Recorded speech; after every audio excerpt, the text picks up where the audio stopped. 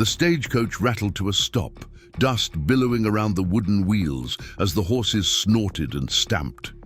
Clara Whitfield gripped her leather-bound journal tighter, her knuckles whitening as she peered through the small window at the frontier. Town of Silverdale. After 3 weeks of grueling travel, she had finally reached her destination and her future husband. Before we jump back in, tell us where you're tuning in from, and if this story touches you, make sure you're subscribed because tomorrow I've saved something extra special for you. She smoothed her blue traveling dress, tucked a wayward strand of chestnut hair beneath her bonnet, and took a steadying breath. This was it, a new beginning. Far from Boston, far from the whispers that followed a woman who dared to pursue knowledge beyond what society deemed appropriate. "Last stop, Silverdale!" the driver called, opening the door with a practiced swing. Clara stepped down carefully, her gaze immediately drawn to a portly man with a well-trimmed mustache and an expensive suit that seemed out of place among the rugged buildings. He stood with several onlookers, scrutinizing her with narrowed eyes. "Miss Whitfield, I presume," he said, not offering his hand. "Harold Jenkins, Mayor of Silverdale. We've been expecting you."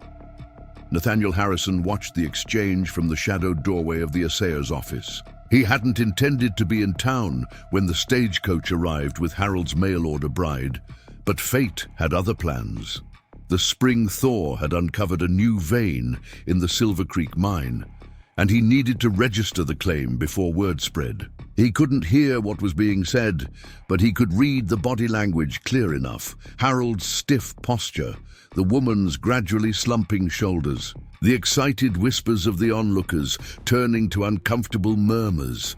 Something wasn't right. Nathaniel had never paid much mind to the mayor's boasting about his Boston bride, educated, refined, and from good family fallen on hard times. Harold had waved her letters around at the saloon, proud of his catch, though he'd never actually read the letters aloud.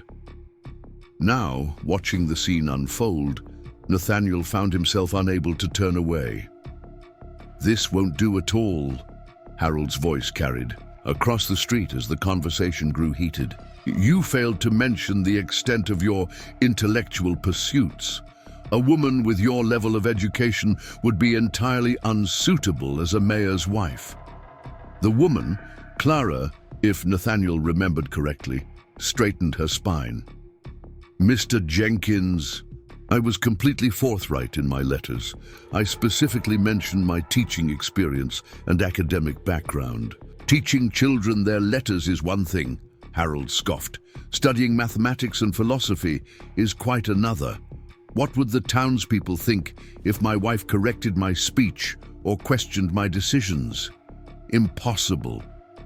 Nathaniel felt a twinge of something unfamiliar. It had been 2 years since Martha died, 2 years since he'd felt anything beyond the dull ache of getting through each day, running the mine, eating enough to survive, and falling into dreamless sleep. Yet here he was, feeling indignation on behalf of a stranger. "I've paid your fare, fulfilled my obligation," Harold was saying, his voice dropping to a hiss. "The stage returns eastward tomorrow. I suggest you be on it." Clara stood perfectly, still her face pale but composed. "And where am I to stay tonight, Mr. Jenkins?" Harold glanced around, clearly uncomfortable with the growing audience. "Mrs. Porter has rooms above her shop. One night at my expense. Consider it a gentleman's courtesy." With that, he turned on his heel and walked away, leaving Clara standing, alone with her trunk and carpet bag, the curious eyes of Silverdale's residents upon her. Nathaniel should have returned to the mine.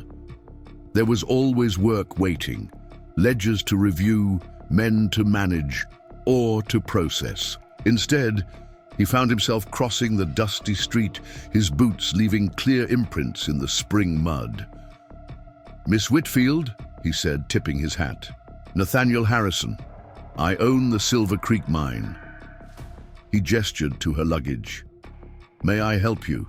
"To Mrs. Porter's shop," Clara regarded him with wary eyes, the color of mountain lakes, deep blue with flecks of gray. Intelligent eyes that assessed him quickly. "Thank you, Mr. Harrison. That would be most appreciated." He lifted her trunk with ease, mining built strength if nothing else, and nodded toward the general store down the street. They walked in silence, aware of the stares following them. "I apologize for our town's welcome," Nathaniel finally said. "Harold Jenkins doesn't speak for all of us. Yet he speaks as mayor," she replied, her voice steady despite everything, "and apparently finds an educated woman threatening rather than valuable." There was no self-pity in her tone, only a resigned observation that made Nathaniel's chest tighten. She hadn't asked for his pity, and he wouldn't insult her by offering it. "Some men's vision doesn't extend beyond their own reflection," he said simply. A hint of a smile touched her lips before disappearing. "Are you familiar with Plato, Mr. Harrison?" The question caught him off guard. "Only by reputation, Miss Whitfield. He believed that what we perceive as reality is merely shadows on a cave wall. Some people are content to watch the shadows, never questioning what casts them." She glanced back at the mayor's retreating figure. "Mr. Jenkins strikes me as such a man." Nathaniel found himself smiling for the first time in months. "And you prefer to look for the source of the light?" "I've always found it difficult to do otherwise," she admitted, "hence my current predicament." They reached the general store, where Abigail Porter, a plump woman with kind eyes and flour-dusted hands, was already waiting at the door. News traveled fast in Silverdale. Come in, you poor dear," she fussed, ushering Clara inside. "I've got a room ready upstairs. It's small but clean." "Thank you, Mrs. Porter," Clara said graciously. Nathaniel set the trunk down and would have retreated, but Clara turned to him with unexpected directness. "Mr. Harrison, would you know of any work available in Silverdale? It seems I may need to support myself, at least until I can arrange passage elsewhere." The question struck him with the force of a blasting cap. Before he could consider the implications, words were leaving his mouth. "As a matter of fact, I do." Rose Wilson had been managing Nathaniel's household since Martha's death, but she'd recently begun hinting at joining her daughter in Denver. The house, too large for one man but the only reminder of the family he'd once hoped to build, had grown increasingly neglected. More importantly, Rose had been teaching the miners' children basic reading in her spare time, a task she'd no longer be able to perform. "I need someone to oversee my household," he said carefully, "and the mining families need a teacher for their children. Would those positions interest you, Miss Whitfield?" Clara's eyes widened slightly, the only indication of her surprise. "You would hire me, knowing nothing about me beyond what you've witnessed today?" "I know that you traveled thousands of miles based on a promise that's been broken. I know that you faced Mayor Jenkins with dignity when most would have crumbled. And I know that Silverdale could benefit from someone with your education." He cleared his throat. "The position includes room and board at my home, which is about a half-mile outside town. The teaching would be separate, paid by the mining families." "Directly." Abigail Porter was watching the exchange with undisguised interest, her eyes darting between them. "It's a fair offer," she interjected. "Nathaniel Harrison is well respected in these parts. His house has stood empty of proper life since his Martha passed, God rest her soul." Clara seemed to be weighing invisible scales in her mind. Nathaniel could almost see the calculations behind those blue-gray eyes. Her options, her future, the risks of staying versus leaving. "I accept your offer, Mr. Harrison," she finally said, extending her hand formally, "on a trial basis for both our sakes." Her handshake was firm, her gaze unwavering. Nathaniel felt something shift in the hollow space behind his ribs. Not healing, not yet, but perhaps the first acknowledgement that healing might someday be possible. "I'll send my wagon for you and your belongings tomorrow morning," he said, releasing her hand. 8 o'clock. As he walked back into the spring sunshine, Nathaniel couldn't escape the feeling that his impulsive offer had just altered the course of his carefully contained existence. Whether for better or worse remained to be seen. The next morning dawned, clear and cool, the kind of crisp mountain air that had first drawn Nathaniel to this remote corner of Colorado territory. He'd risen before sunrise, as was his habit, but for the first time in years, he found himself giving thought to the appearance of his home through a stranger's eyes. The two-story house stood on a gentle rise overlooking the valley, with the mine entrance visible on the opposite ridge. Preparing and narrating this story took us a lot of time, so if you are enjoying it, subscribe to our channel. It means a lot to us. Now back to the story. Martha had designed it with hopes of filling it with children, a hope crushed alongside her body when the mine's support beam failed during her only pregnancy. Since then, the rooms had gathered dust and silence, with only Rose's occasional cleaning keeping complete desolation at bay. Now, as he walked through the sitting room with its book-lined walls, Nathaniel noticed the layer of dust on the spines, the faded curtains, the absence of anything that suggested life rather than mere existence. Rose had done her best, but he had discouraged any changes, preferring the mausoleum of memories to the pain of moving forward. "You're making a mistake," Rose said bluntly as she entered with a basket of fresh linens for the guest room, soon to be Clara's room. "That woman doesn't belong here." "And why is that?" Nathaniel asked, though he knew the answer. "She's too fine, too educated, city-bred. She'll look down on us all, mark my words, and the gossip's already starting. You bringing home the woman Harold Jenkins rejected." Rose shook her head. "People will talk. People always talk," Nathaniel replied. "Let them. Miss Whitfield needs employment, and we need a teacher. It's a practical arrangement." Rose snorted softly. "If you say so. I'll have her room ready, but don't expect me to coddle her. 2 more weeks and I'm off to Denver." Nathaniel nodded, returning his attention to the bookshelves. Martha had loved her books, though her tastes ran more to poetry and novels than the philosophical works Clara had referenced. He wondered what she would make of his impulsive offer to a stranger. Would she approve, or, like Rose, see only the complications? At precisely 8 o'clock, Nathaniel's wagon pulled up in front of Porter's General Store. Jacob, the mine's foreman and Nathaniel's most trusted employee, handled the reins while Nathaniel helped Clara with her trunk. Her carpet bag held a surprising weight. "Books," she explained, noticing his slight adjustment to the unexpected heft. "I couldn't bear to leave them behind." "My late wife was fond of books," he said, the words emerging before he could consider them. "There's a small library in the house that might interest you." Clara's expression brightened momentarily, then sobered. "Mr. Harrison, before we proceed further, I feel I should clarify something. I accepted your offer because it presents a practical solution to my immediate dilemma, but I have no intention of becoming anyone's replacement. If you're seeking a wife—" "I'm not," Nathaniel interrupted more sharply than he'd intended. "That isn't what this is." Relief and something like respect flickered across her face. "Good. Then we understand each other." The ride to Nathaniel's home proceeded in companionable silence.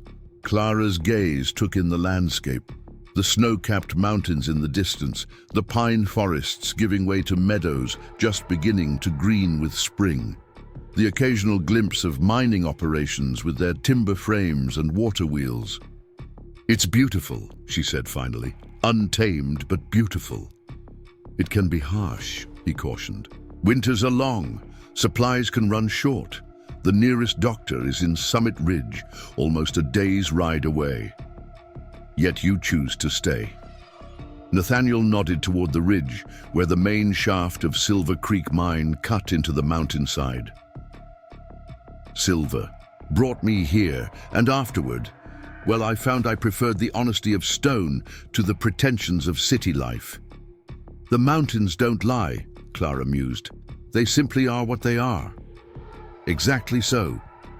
The wagon rounded a bend, and Nathaniel's home came into view. 2 stories of sturdy timber and stone, with a wide porch and windows that caught the morning light. Not ostentatious like the mayor's home in town, but solidly built and well-positioned. My wife designed it, Nathaniel said softly. She wanted it to feel welcoming to weary travelers. Clara studied the house with appreciative eyes. She succeeded. It has good bones and a certain dignity. Rose was waiting on the porch, her expression making it clear she'd reserved judgment on the newcomer. Clara straightened her shoulders, almost imperceptibly as they approached, as if preparing for battle. Miss Whitfield, this is Rose Wilson, who has managed my household these past years. Rose, Miss Clara Whitfield. The 2 women sized each other up with the wariness of territorial cats. Clara spoke first, her tone respectful but not subservient. Mrs. Wilson, I understand you'll be departing soon to join your daughter. I hope my presence will make your transition easier rather than more difficult. Rose's eyebrows rose slightly. We'll see about that, won't we? Your room's prepared. Upstairs, first door on the right. I've left clean water for washing. Lunch is at noon, sharp. Thank you. I appreciate your thoughtfulness, Clara replied evenly. Perhaps later you might show me the household systems so I can maintain them too. Mr. Harrison's satisfaction, a hint of approval flickered in Rose's stern expression. At least you're practical. Come inside then. No sense standing about when there's work to be done. Nathaniel watched them disappear into the house, Clara's back straight as a pine, her carriage revealing neither intimidation nor arrogance. Something inside him eased slightly. She would hold her own with Rose, a good sign for what lay ahead. The rest of the day passed in a flurry of explanations and adjustments. Jacob returned to the mine, promising to spread word about the new teacher to the mining families. Nathaniel retreated to his office to review production numbers, trying not to listen to the muffled voices of the women as Rose showed Clara the workings of the house. By dinner, an uneasy truce seemed to have formed. Rose had prepared a simple but hearty meal of venison stew and fresh bread. Clara ate with obvious appreciation, complimenting the food without excessive flattery. I understand several children need education, she said, directing her comment to both of them. How many should I expect, and what are their ages? About 15 altogether, Rose answered. Ages 5 to 13 or so.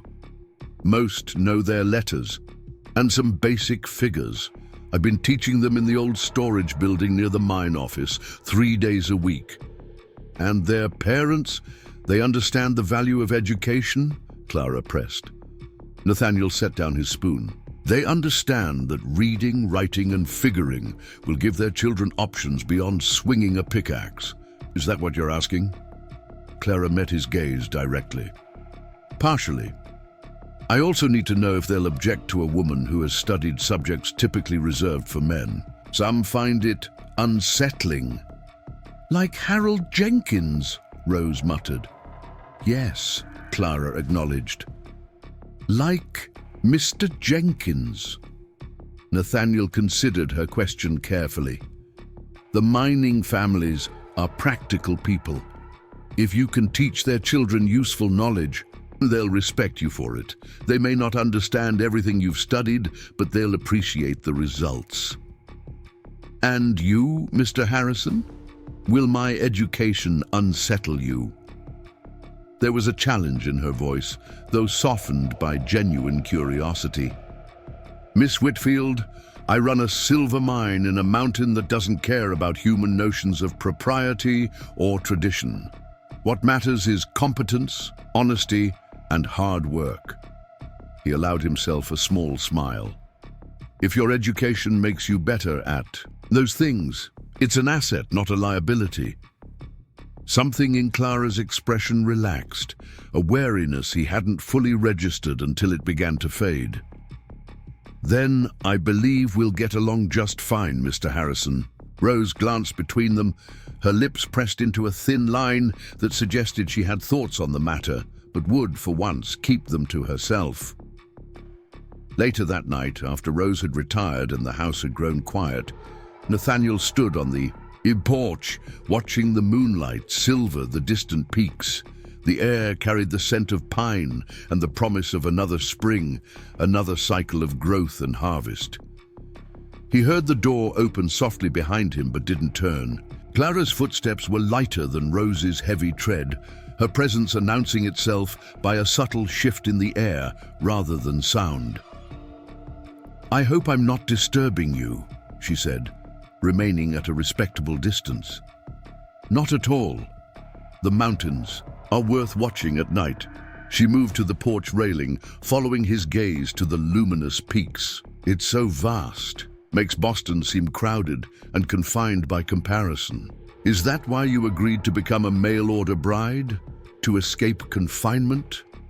The question was more personal than he'd intended, but the night and the mountains had a way of stripping pretense. Clara didn't seem offended. "Partly. My father was a professor at Harvard until his death last year. He educated me as he would have a son, but left little in the way of financial security. My options as a woman alone were limited. Despite your education.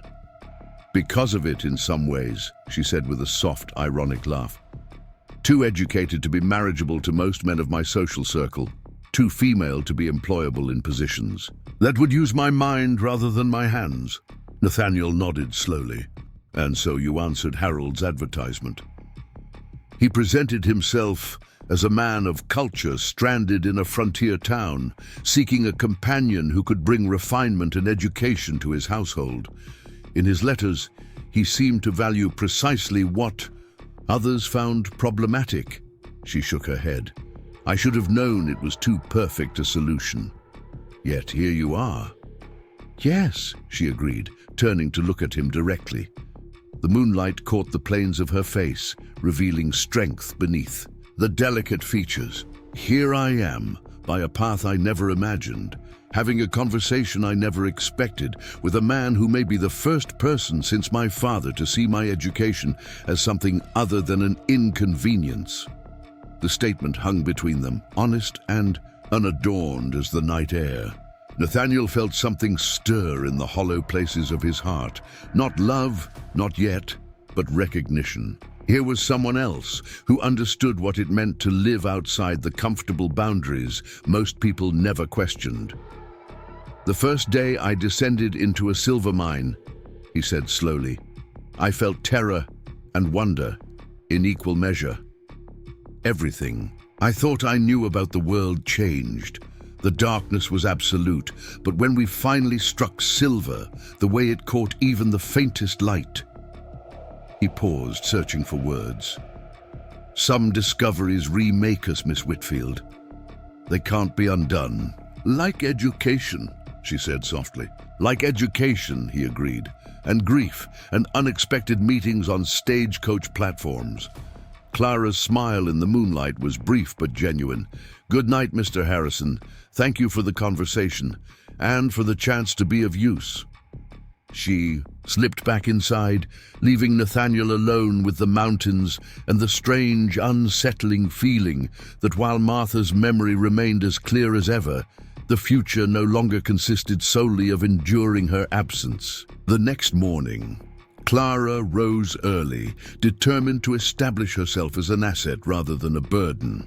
She dressed in one of her plainer gowns, practical navy cotton that wouldn't show dust or stains, and twisted her hair into a simple knot at the nape of her neck. In Boston, such an appearance would have been considered unduly severe, but here, functionality mattered more than fashion. Rose was already in the kitchen, kneading dough with powerful strokes that spoke of years of practice. She glanced up as Clara entered, her expression neutral. "You're up early," she observed. "Most city folks sleep till the sun's well up." "I've never had that luxury," Clara replied, rolling up her sleeves. "What can I help with?" Rose's skeptical look faded slightly. "You can start the coffee. Instructions are in that notebook on the shelf. Mr. Harrison likes it strong but not bitter." Clara found the notebook, a practical household guide in Rose's clear, if basic, handwriting. She followed the measurements precisely, aware of the older woman's scrutiny. "You've kept excellent records," Clara commented as she worked. "This will be invaluable." "Just doing my job," Rose said, but there was a hint of pride in her voice. Someone needed to keep things running after Martha died. Clara measured her next words carefully. "Mr. Harrison mentioned she designed the house. It must have been difficult for him, losing her." Rose's kneading slowed. "It nearly destroyed him. 2 years ago this spring, she was with child, there, first after 5 years of marriage. A support beam collapsed in the new shaft. Nathaniel was checking the upper workings. By the time they got to her," she shook her head, "the house has been like a tomb ever since, until yesterday." The weight of this knowledge settled on Clara's shoulders. The house wasn't just a home, it was a monument to grief. And she had been brought into it, not as a replacement as she'd feared, but perhaps as something equally daunting, a disruption to the careful preservation of memory. "I'll respect that history," she said quietly. Rose studied her face, seeming to find something that satisfied her. "See that you do," but she hesitated, then plunged ahead. "Maybe it's time for a little life in these walls again. Just don't rush him. Nathaniel moves at his own pace, like the mountains themselves." Before Clara could respond, the back door opened and Nathaniel entered, bringing with him the scent of morning air and pine. He paused momentarily at the sight of Clara by the stove, then nodded in greeting. "You found Rose's instructions, I see." "Yes, they're impressively thorough," Clara replied, pouring a cup of the freshly brewed coffee and offering it to him. "I hope it meets your standards." He took a careful sip, his dark eyes watching her over the rim of the cup. "It's good. Thank you." Such a small exchange, yet Clara felt oddly accomplished. It was a beginning, proving her competence in the each most basic of household tasks. "Jacob's spreading word about the school," Nathaniel continued. "Several families have already expressed interest. Would you like to see the building today?" "I would, yes. And perhaps meet some of the children if possible." Rose snorted softly. "They'll find you, sure enough. Curious as squirrels, the lot of them." After breakfast, Nathaniel led Clara down the path toward the mine. The morning was clear, the air sharp with the scent of evergreens and earth. Silverdale, with its single street of weathered buildings, was visible in the valley below. "It must have been quite a change," Clara observed, "coming from wherever you lived before to this remote place." "Philadelphia," Nathaniel supplied. "My father was a banker. I was expected to follow in his footsteps, but numbers in ledgers never captured my imagination the way earth and stone did. When news of the silver strike reached us, I saw my chance." "And Martha? Did she share your vision?" His stride faltered, almost imperceptibly. "She shared my desire for a different life. The specifics mattered less to her than the chance to build something together." They reached a small clearing where a sturdy log building stood. Unlike the rough mining structures, nearby this building had been constructed with care. The logs were well fitted, the windows generous, the door wide and welcoming. "Martha designed this too," Nathaniel said softly. "Originally as a meeting hall for the mining families, Rose converted part of it for teaching." Inside, the space was simple but thoughtfully arranged. Plank benches faced a small desk, a blackboard hung on one wall, shelves of books and slates on another. Sunlight streamed through the windows, illuminating dust motes dancing in the air. Clara moved through the space, running her fingers over the worn desk, examining the few books available. Basic primers, a well-thumbed Bible, a tattered copy of Robinson Crusoe. "It's a good start," she said, turning to face Nathaniel. "But if these children are to have real opportunities, they'll need more. History, natural sciences, mathematics, beyond basic arithmetic. Books are expensive and difficult to transport," he pointed out. "I have books," Clara countered, "and the knowledge to use them effectively. With your permission, I'd like to develop a more comprehensive curriculum." Nathaniel studied her for a long moment, his expression unreadable. "These aren't Boston children, Miss Whitfield. They need practical skills for the life they'll lead." "Every skill begins as knowledge, Mr. Harrison, even mining." She gestured to the books she'd noticed on his office shelves. "You have volumes on geology, engineering, metallurgy. Would you send men into the earth without understanding its nature?" A hint of a smile touched his lips. "You make a compelling argument." "It's what educated people do," she replied, allowing herself a small smile in return. The sound of running feet and childish voices broke the moment. Through the open door burst 3 children, a boy of about 10 with a shock of red hair, a slightly older girl with long blonde braids, and a smaller boy who could only be her brother, given their identical blue eyes and determined chins. They skidded to a halt at the sight of Clara, curiosity and wariness mingling in their expressions. "Are you the new teacher?" the red-haired boy demanded. "Pa said you're from Boston and know more than books have in them." "Michael Donahue," Nathaniel scolded gently. "Where are your manners?" The boy flushed beneath his freckles. "Sorry, sir, ma'am." Clara knelt to be at eye level with the children. "I'm Miss Whitfield, and yes, I'll be your new teacher. I've been fortunate enough to learn many things, but books still hold plenty of knowledge I haven't discovered yet. Perhaps we can explore them together." The blonde girl stepped forward, her head tilted critically. "Can you teach girls the same as boys? Mrs. Wilson says some things aren't proper for ladies to know." A loaded question, Clara thought, glancing up at Nathaniel, who merely raised an eyebrow, clearly interested in her answer. "What's your name?" Clara asked. "Emma Collins. This is my brother James." "Well, Emma, I believe that knowledge itself isn't improper. How we use it might be, but that's true for everyone, boys and girls alike." She looked at each child in turn.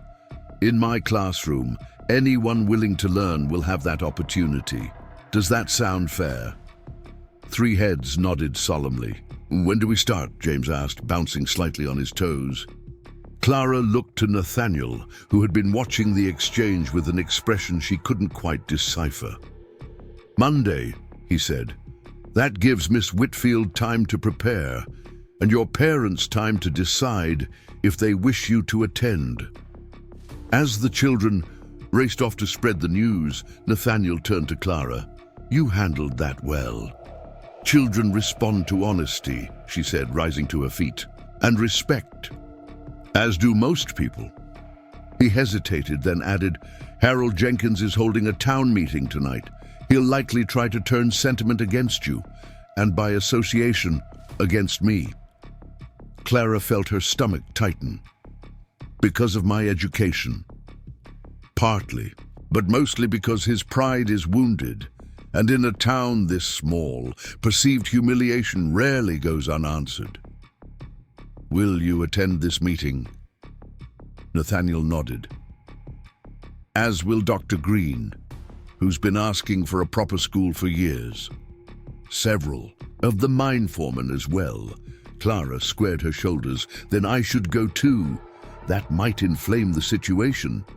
Or it might demonstrate that I'm not afraid to face scrutiny," she countered. "If I'm to teach these children, to be part of this community, I can't hide behind your protection, Mr. Harrison." He studied her face for a long moment, then nodded slowly. "Very well. But stay close to me or Dr. Green. Tempers can flare quickly in these situations." As they walked back toward the house, Clara felt a curious mixture of anxiety and resolve. In less than 2 days, her life had transformed completely. She had lost a promised husband, gained temporary employment, and now faced potential public opposition. Yet somehow, walking beside this quiet, thoughtful man who valued education and respected her mind, she felt more secure than she had in Boston, with all its familiar traditions. "Thank you," she said suddenly. Nathaniel glanced at her, surprised. "For what?" "For seeing value where others saw threat." His expression softened almost imperceptibly. "Miss Whitfield, in my line of work, one learns quickly that true worth often lies beneath the surface. Only fools judge solely by what's immediately visible." Clara smiled, warmed by his words and the quiet certainty behind them. Whatever happened at the town meeting, she was no longer facing her future alone. The town hall of Silverdale was nothing more than the largest room in the saloon, cleared of gaming tables and supplied with rough-hewn benches for community gatherings. By the time Clara arrived with Nathaniel and Dr. Green, the space was already crowded with miners, shopkeepers and their families. Conversations hushed momentarily as they entered, then resumed with increased intensity, like water flowing around newly placed stones. Dr. Thomas Green was a tall, lanky man with spectacles that magnified his keen eyes and a shock of prematurely white hair that belied his youthful face. He had welcomed Clara warmly upon their introduction, immediately engaging her in a discussion of modern medical texts that revealed his own considerable education. "Don't let Harold's posturing affect you," he murmured, as they found seats near the back. "Half the town already thinks he's a pompous fool, and the other half is related to him by blood or business." "Thomas," Nathaniel warned quietly, "now isn't the time for your particular brand of honesty." "On the contrary," Clara said, straightening her simple blue dress. "I find honesty quite refreshing after yesterday's events." Dr. Green grinned. "I like her, Harrison. She has backbone." Before Nathaniel could respond, Mayor Jenkins entered from a side door, followed by Sheriff Simmons and two well-dressed men Clara didn't recognize. Harold's eyes scanned the crowd, narrowing slightly when they landed on Clara, then continuing, with deliberate indifference. "Fellow citizens of Silverdale," he began, his voice carrying the practiced cadence of a man who enjoyed the sound of his own authority. "I've called this meeting to address several matters of community concern." For the next 20 minutes, he discussed mundane town business, repairs needed for the bridge across Silver Creek, a proposed tax on freight wagons to fund road improvements, complaints about loose cattle wandering the main street. Clara found herself almost lulled by the tedium until Harold abruptly changed direction. "Finally, I must bring to your attention a matter of moral and social significance," he announced, his tone shifting to one of grave concern. "As some of you may know, a certain female arrived yesterday on the eastbound stage, one who had contracted to become my wife." A ripple of whispers spread through the crowd. Clara felt heat rise in her cheeks but kept her expression neutral, aware of Nathaniel's solid presence beside her. "Upon meeting this woman, I discovered she had misrepresented herself in our correspondence. Far from being the modest, appropriately educated lady she portrayed, she revealed herself to be unduly influenced by radical ideas about women's education and position in society." Harold's voice dripped with distaste.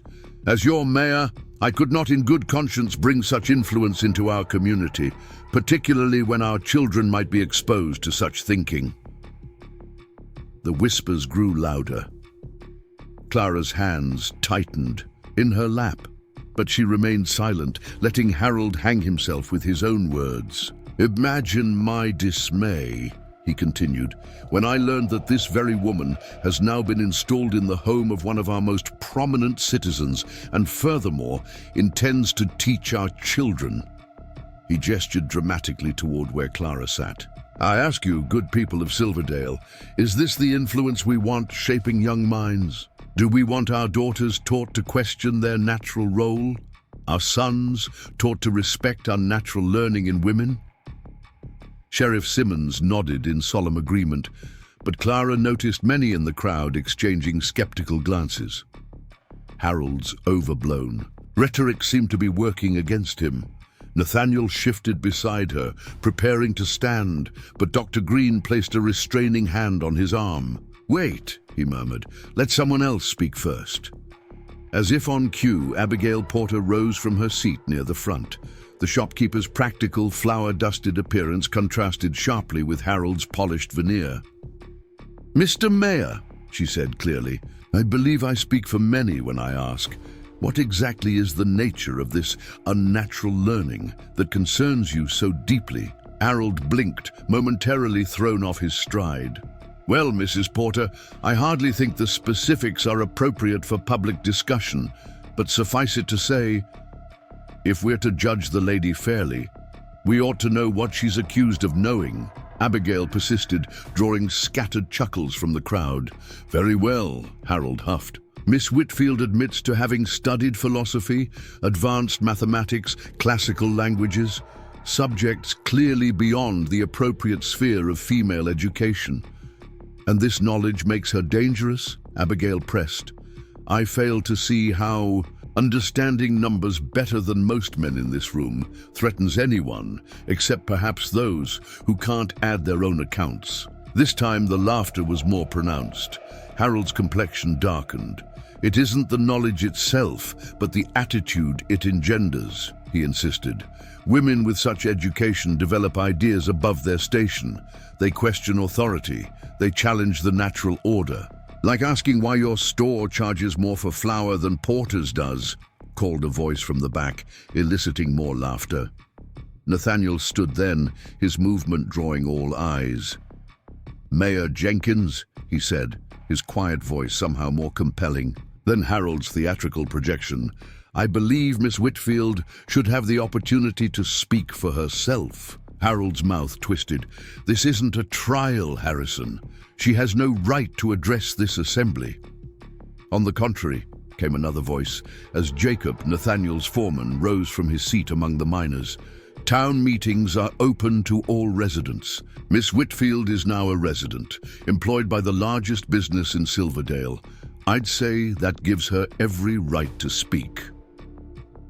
Murmurs of agreement rippled through the crowd. Clara felt a surge of gratitude for these unexpected allies.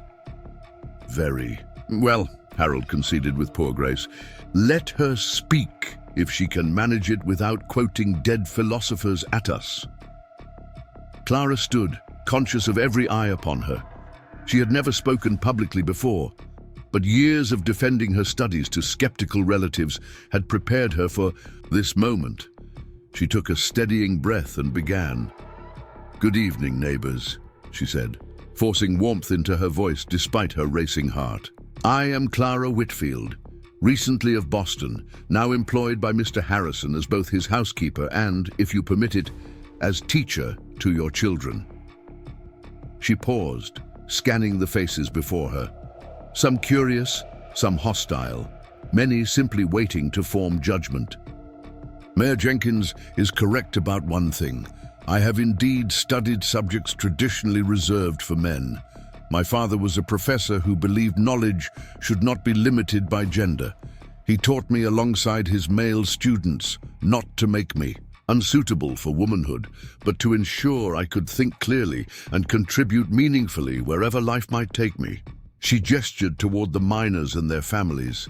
"I see parents here who work tirelessly to provide for their children. Would you not want those children to have every possible advantage? To learn not just basic literacy, but to understand the world in ways that might open doors beyond what we can currently imagine?" A few heads nodded cautiously. "I don't aim to teach radical ideas or question proper behavior," Clara continued. "I aim to share knowledge of mathematics that might help your sons calculate ore values or manage wages. To teach natural sciences that explain the formations where silver is found. To explore history that shows how societies rise and fall so we might learn from the past." She turned slightly to face Harold directly. "Knowledge itself is neutral, Mayor Jenkins. It's how we apply it that matters. I intend to apply mine in service to this community, if you'll allow it." The simplicity and sincerity of her words seemed to resonate more than Harold's inflammatory rhetoric. Clara saw nods of approval, heard murmurs of agreement. Harold, however, was not finished.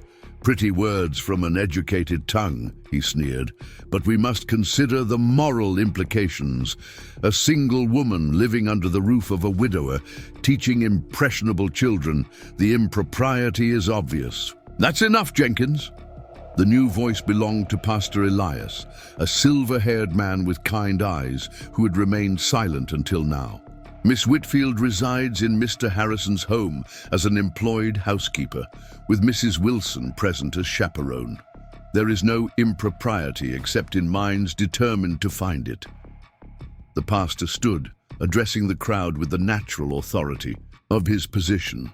"I've spoken at length with Miss Whitfield this afternoon. Her knowledge of Scripture impressed me, as did her thoughtful interpretation of its teachings. If education produced such understanding in more of our congregation, I'd consider it a blessing, not a threat." Clara hadn't expected this support, particularly from the local minister. She caught his eye and nodded gratefully. Harold looked increasingly frustrated as his carefully orchestrated condemnation unraveled. "Sheriff Simmons," he appealed, "surely you see the potential disruption to public order?" Budden, the sheriff, shifted uncomfortably. "Can't arrest someone for knowing too much, Harold," he said pragmatically. "Not against any law I'm sworn to uphold." Laughter rippled through the room again, and Clara sensed the tide had definitively turned. Harold recognized it too, his face flushing with anger and embarrassment. "This meeting is adjourned," he snapped, gathering his papers. "The town council will make the final determination regarding this educational experiment." As the crowd began to disperse, many approached Clara with curious questions or words of support.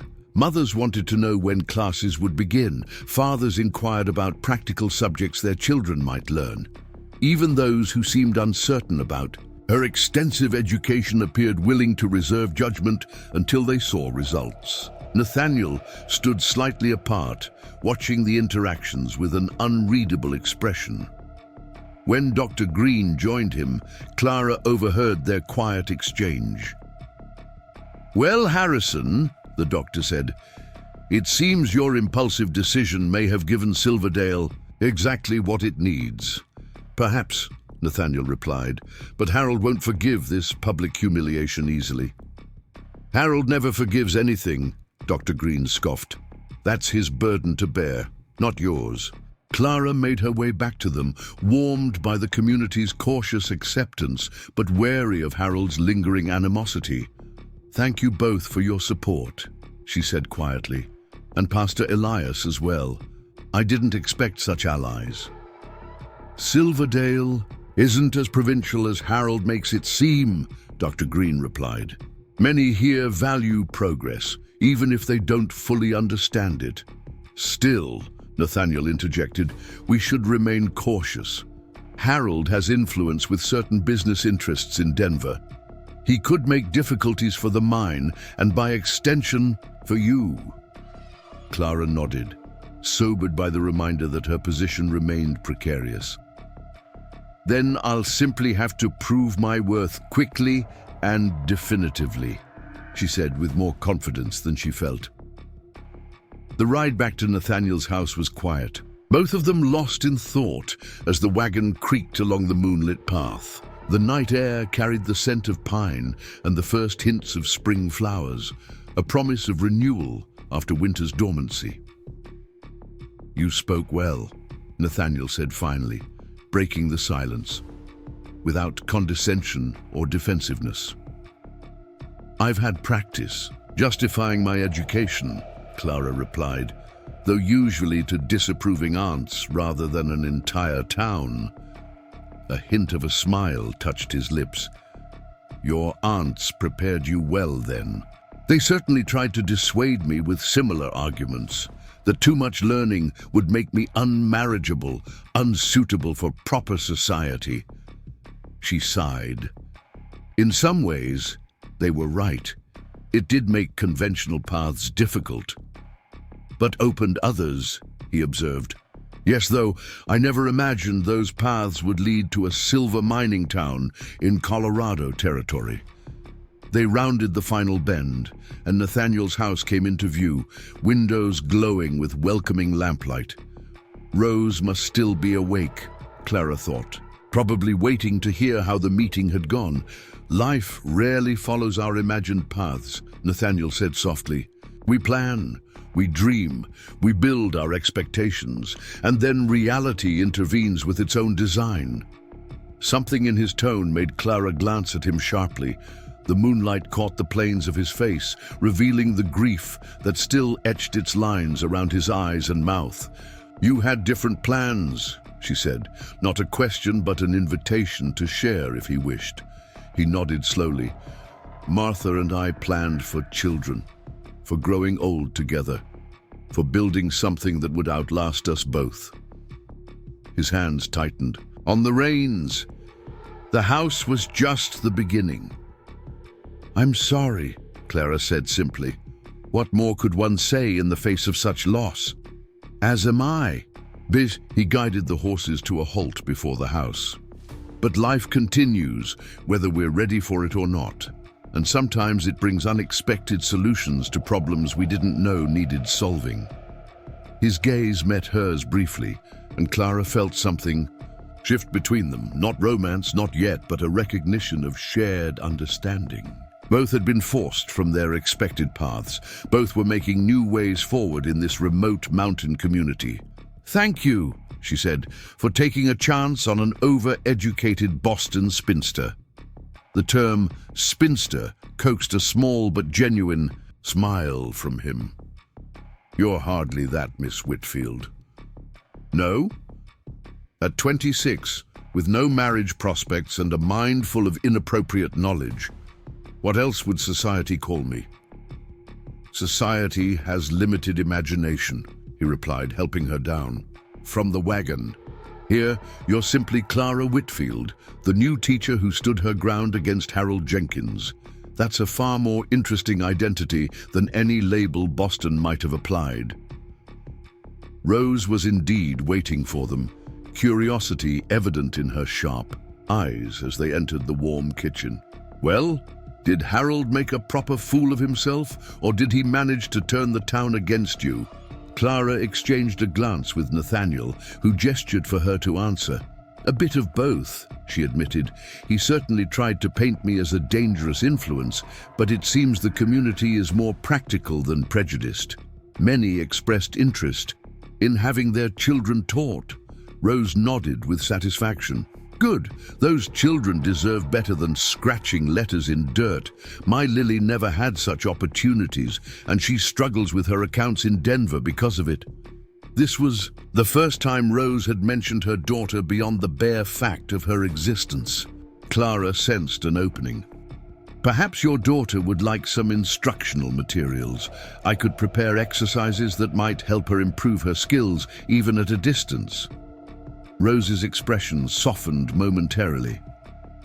That's thoughtful. She'd appreciate that. She's trying to open a small dressmaking shop, but the numbers give her troubles. Then practical mathematics would be most useful, Clara suggested. I can prepare something before you leave. I'd be obliged, Rose said gruffly, then turned away to hide what might have been emotion.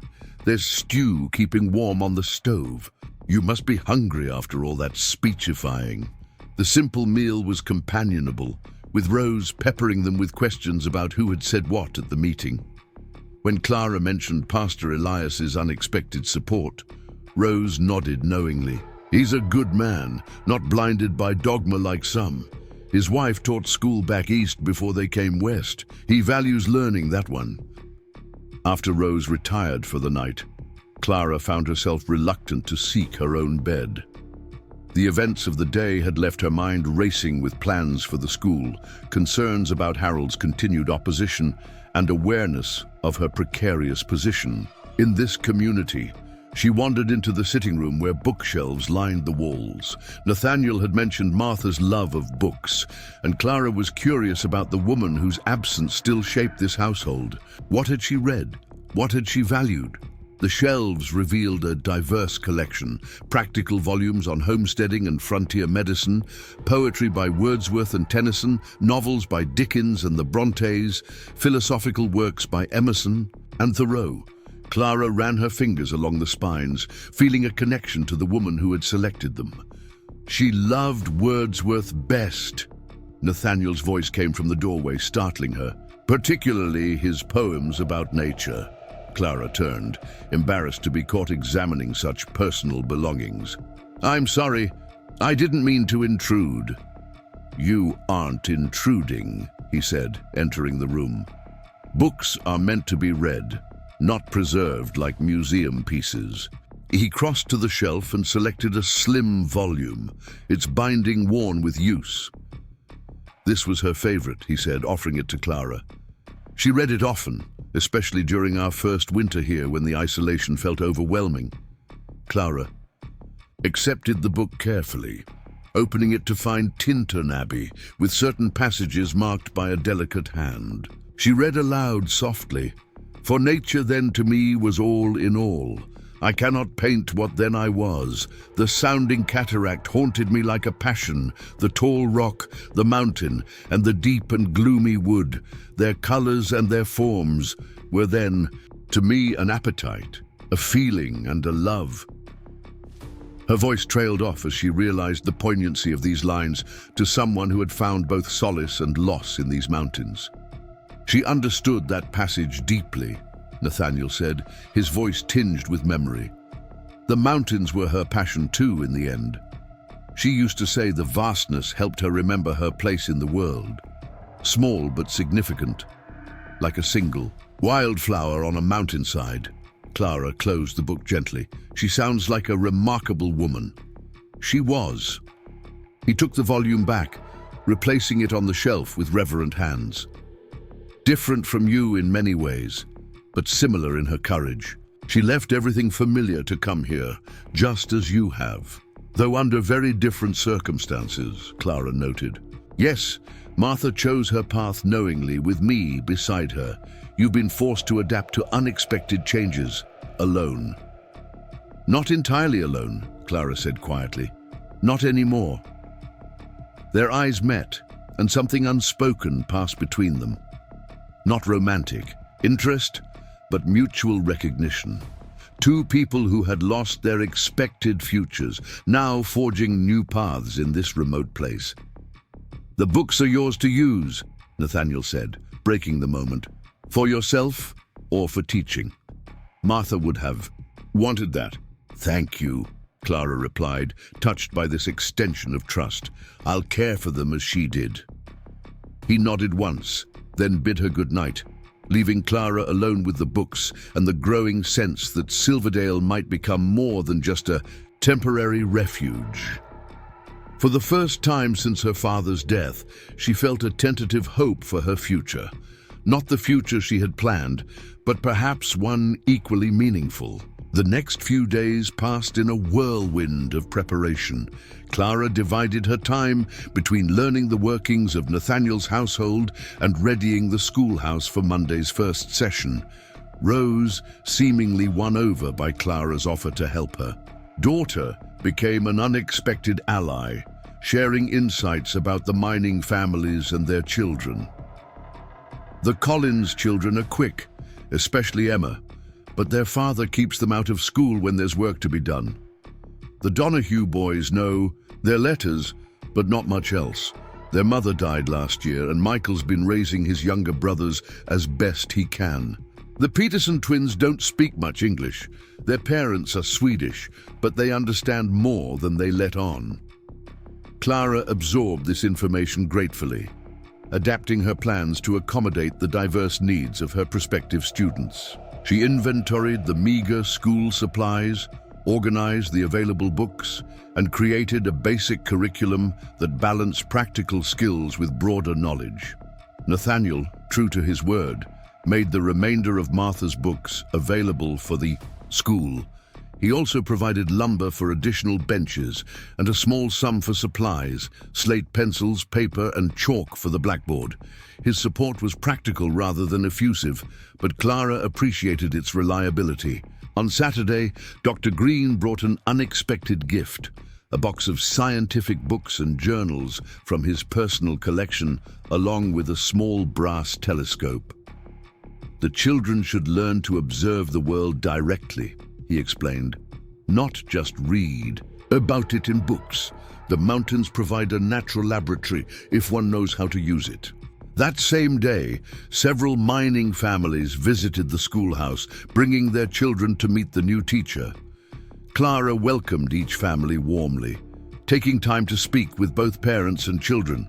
She demonstrated simple lessons, answered questions about her teaching methods, and addressed concerns with patient clarity. By Sunday evening, Clara felt as prepared as possible for her first day of teaching. She had created individual slates for each expected student, written their names on cubbies for their belongings, and planned opening activities that would assess their current knowledge while building community. As she reviewed her notes one final time by lamplight, there was a gentle knock at her bedroom door. Rose entered, carrying a small package wrapped in brown paper. "Thought you might need this tomorrow," she said, placing the package on Clara's desk. Martha made it for the children when she was setting up the meeting hall, never got to use it. Clara unwrapped the package to find a hand-sewn bell, its brass surface polished to a warm glow, attached to a carved wooden handle. "For calling them to order," Rose explained. "Mining children can be as rowdy as wild colts." "It's perfect," Clara said, touched by the gesture. "Thank you for thinking of it." Rose shrugged, uncomfortable with gratitude. "Just practical. Martha would have wanted it used." She hesitated, then added gruffly, "You're doing good work here, Clara. Different than I expected, but good." Coming from Rose, this was high praise indeed. Clara felt a surge of determination. She would not let this community down, would not squander the trust being placed in her despite the unusual circumstances of her arrival. Monday dawned clear and cool, the kind of spring morning that promised warmth by afternoon. Clara dressed with particular care in a practical grey dress with a white collar, her hair neatly coiled at the nape of her neck. She wanted to present herself as both professional and approachable, an authority the children could respect but not fear. Nathaniel was already at the mine when Clara left the house, but he had arranged for Jacob to accompany her to the schoolhouse, carrying additional supplies and offering moral support. "The children have been talking of nothing else all weekend," Jacob told her as they walked the path to the school. "Even the older boys, who pretend not to care about learning. You've made quite an impression already." "I hope I can live up to their expectations," Clara replied, trying to mask her nervousness. "Just be yourself," Jacob advised. That's what won over the town at the meeting. Not pretense, just honest purpose. They arrived to find several children already waiting outside the schoolhouse, their faces alight with excitement and curiosity.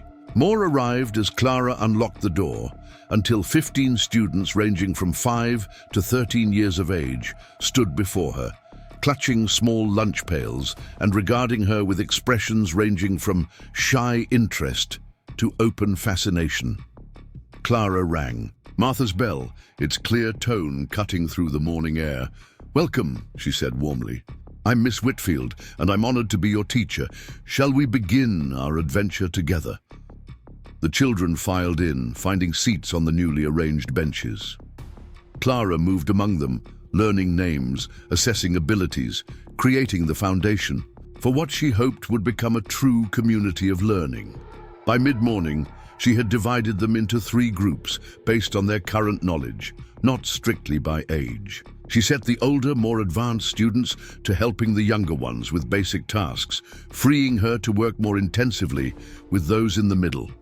When noon arrived, Clara led them outside to eat their lunches beneath a large pine tree.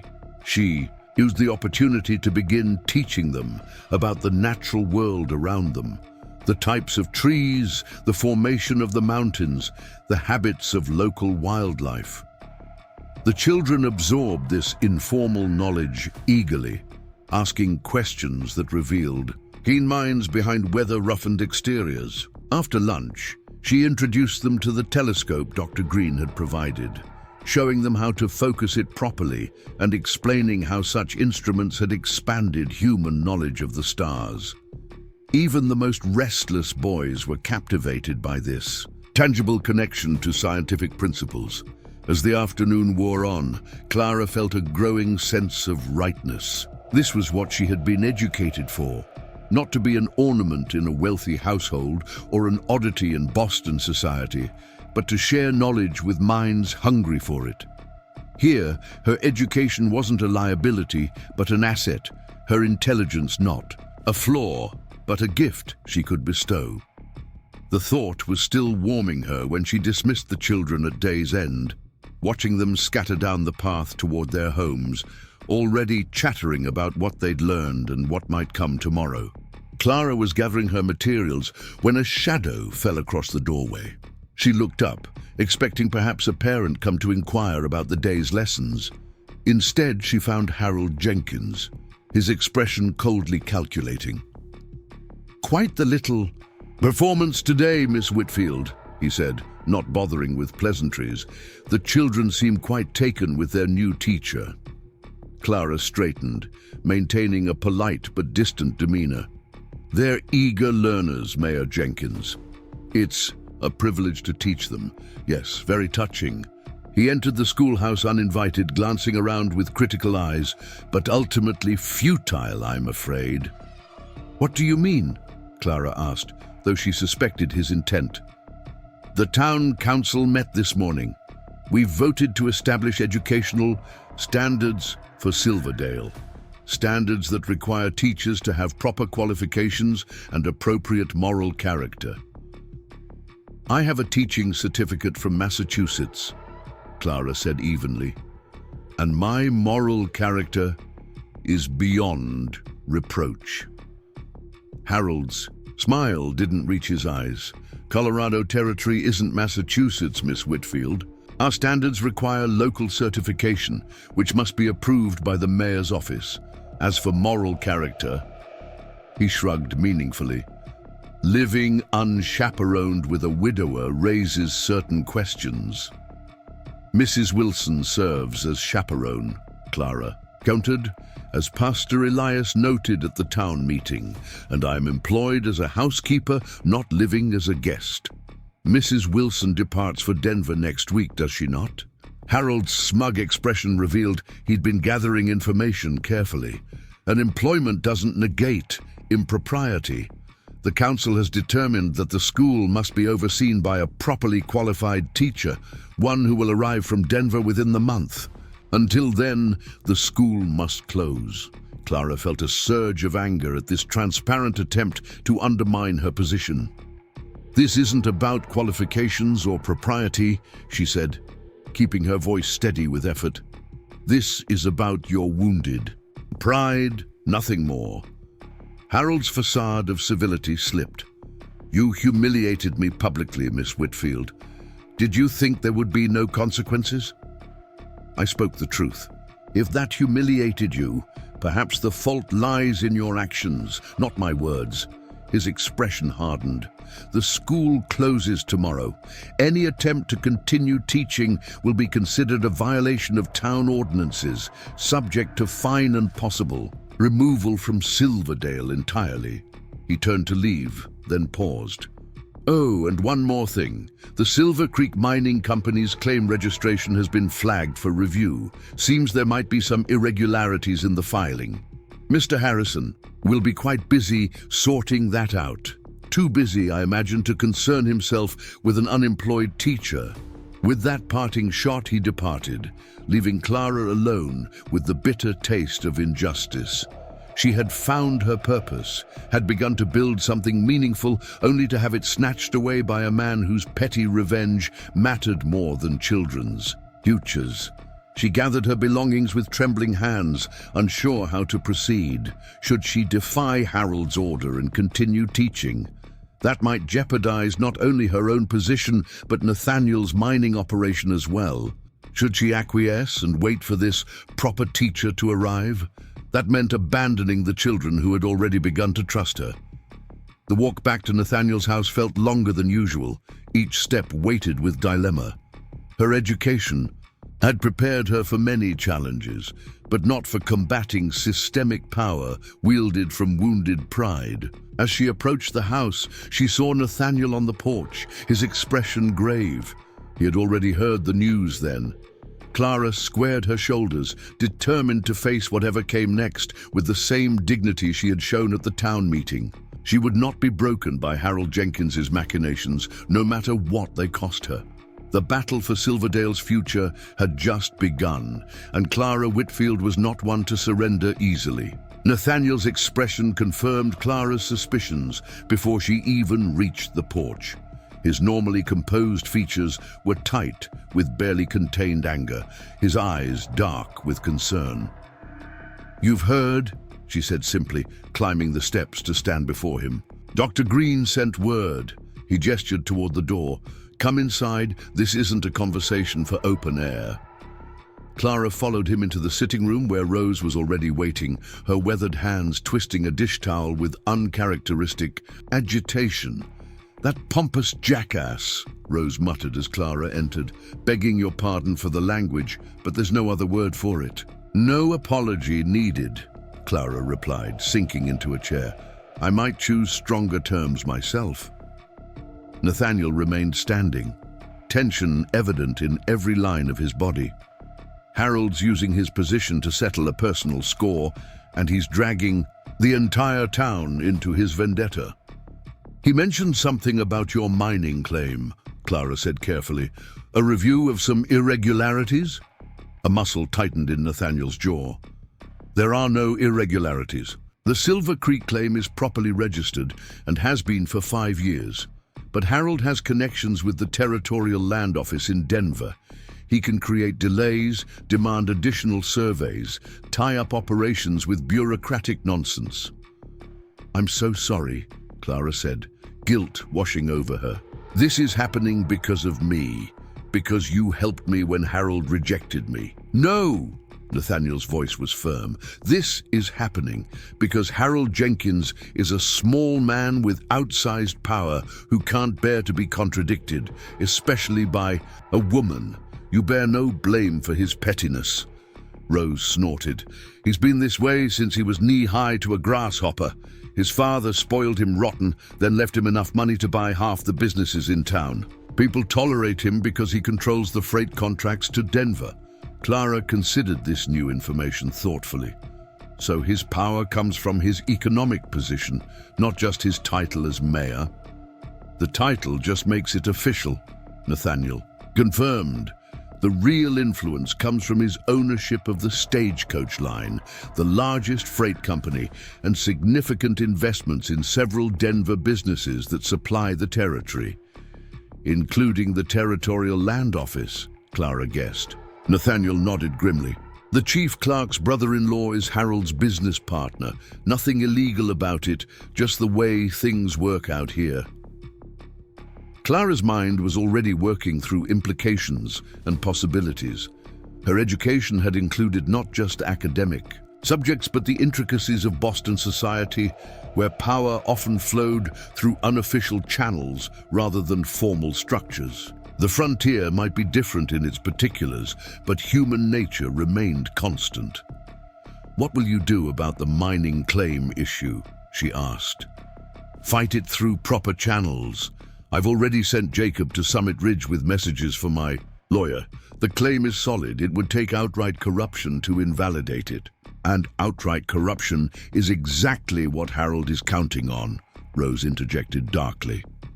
Clara nodded, then voiced the question weighing heaviest on her mind. "And the school? What of the children?" Nathaniel and Rose exchanged a glance that Clara couldn't quite interpret. Finally, Nathaniel spoke. "Officially, the school must close until this supposed qualified teacher arrives from Denver. Unofficially, he paused. The town council doesn't control private property outside town limits. This house, the mine, and the land between fall outside their jurisdiction. Hope flickered in Clara's chest. Are you suggesting the children still need education, regardless of Harold's wounded pride? Nathaniel said carefully. If their parents chose to send them to, say, literature discussions or mathematics appreciation gatherings at a private residence, that would hardly violate any town ordinance. A slow smile spread across Clara's face. Mr. Harrison, I believe you have a rather creative interpretation of legal boundaries. I've had to develop one, dealing with mining regulations, he replied, a hint of answering smile tugging at his lips. The question is whether you're willing to continue teaching under such conditions. It would mean defying Harold, if not the letter of his edict, then certainly its spirit. I came west, believing I would marry a man I'd never met, Clara said firmly. I think I've demonstrated a willingness to take risks for a better future. The only question is whether the parents will agree. They will, Rose stated confidently. Those families want better for their children. They won't let Harold's temper tantrum stand in the way of that. Nathaniel nodded. I'll speak with Jacob when he returns. He can spread word quietly among the mining families. We'll need to be discreet. No large groups traveling together, no regular schedule that mimics a school day. We could vary the meeting times, Clara suggested, her mind already arranging possibilities. Different age groups on different days. We could use the clearing behind the house for natural science studies. It would appear to be nothing more than children at play. And I'll keep watch for any of Harold's spies, Rose added. He's not above paying for information, especially when his pride is wounded. Clara felt a curious mixture of trepidation and exhilaration. This clandestine teaching arrangement carried real risk, yet the alternative, abandoning the children's education to Harold's vindictiveness, was unthinkable. There's one more thing to consider, Nathaniel said, his tone growing serious. Mrs. Wilson leaves for Denver next week. Harold will undoubtedly use your unchaperoned presence here as further justification for his actions. Clara hadn't considered this aspect. Without Rose as chaperone, her position in Nathaniel's household would indeed raise eyebrows, even among those sympathetic to her situation. I could take a room at Mrs. Porter's, she offered, though the thought of giving up this haven of books and quiet strength was disheartening. Abigail's place is in town, under Harold's direct scrutiny, Nathaniel countered. He'd find ways to make things difficult for her if she housed you. Rose cleared her throat meaningfully. I might have a solution if you're both amenable. They turned to her expectantly. My niece, Martha. No relation to your Martha, she added with a nod to Nathaniel. She's looking for a situation. 17, sensible girl, good with housework. She could come stay here, serve as both housekeeper and chaperone. 2 women in the house looks a sight better than one, even if one's barely more than a girl. Nathaniel considered this. Would she be willing to keep quiet about the teaching? She knows how to hold her tongue, Rose assured him. And she's no friend to Harold Jenkins. His son tried liberties with her last summer at the Founders' Day dance. She hasn't forgotten. I'd welcome the help, Clara said, both with the housekeeping and maintaining proprieties. Nathaniel nodded decisively. Then it's settled. Rose, write to your niece immediately. In the meantime, we'll begin our literature discussions tomorrow. I'll have Jacob inform the families tonight. As Rose bustled off to pen her letter, Clara found herself momentarily alone with Nathaniel. The gravity of what they were undertaking hung between them. Not just defying Harold's edict, but potentially creating deeper enmity that could threaten Nathaniel's livelihood. Thank you, she said quietly. I know this places you at greater risk. If you'd prefer I find another situation, no. The word was immediate, definitive. Harold's actions are unconscionable. The children deserve better, and so do you. His expression softened slightly. Besides, Martha would have done the same. She believed education was the foundation of a good society. Clara felt a curious warmth at being compared favorably to the woman Nathaniel had loved. It wasn't romantic. Both of them were far from ready for such sentiments, but it represented a deeper trust, a recognition of shared values. "Then we begin tomorrow," she said with newfound determination, "and Harold Jenkins will learn that not all power resides in mayoral edicts." The next morning, Clara rose before dawn, her mind already racing with plans for the clandestine lessons. She'd spent half the night reorganizing her teaching materials, creating smaller, more focused lessons that could be conducted with groups of 5 or 6 children rather than the full 15. Rose had suggested using the old carriage house behind the main residence, rarely used since Nathaniel preferred riding horseback to the mine. The space was dusty but structurally sound, with enough room for a small group of children to gather.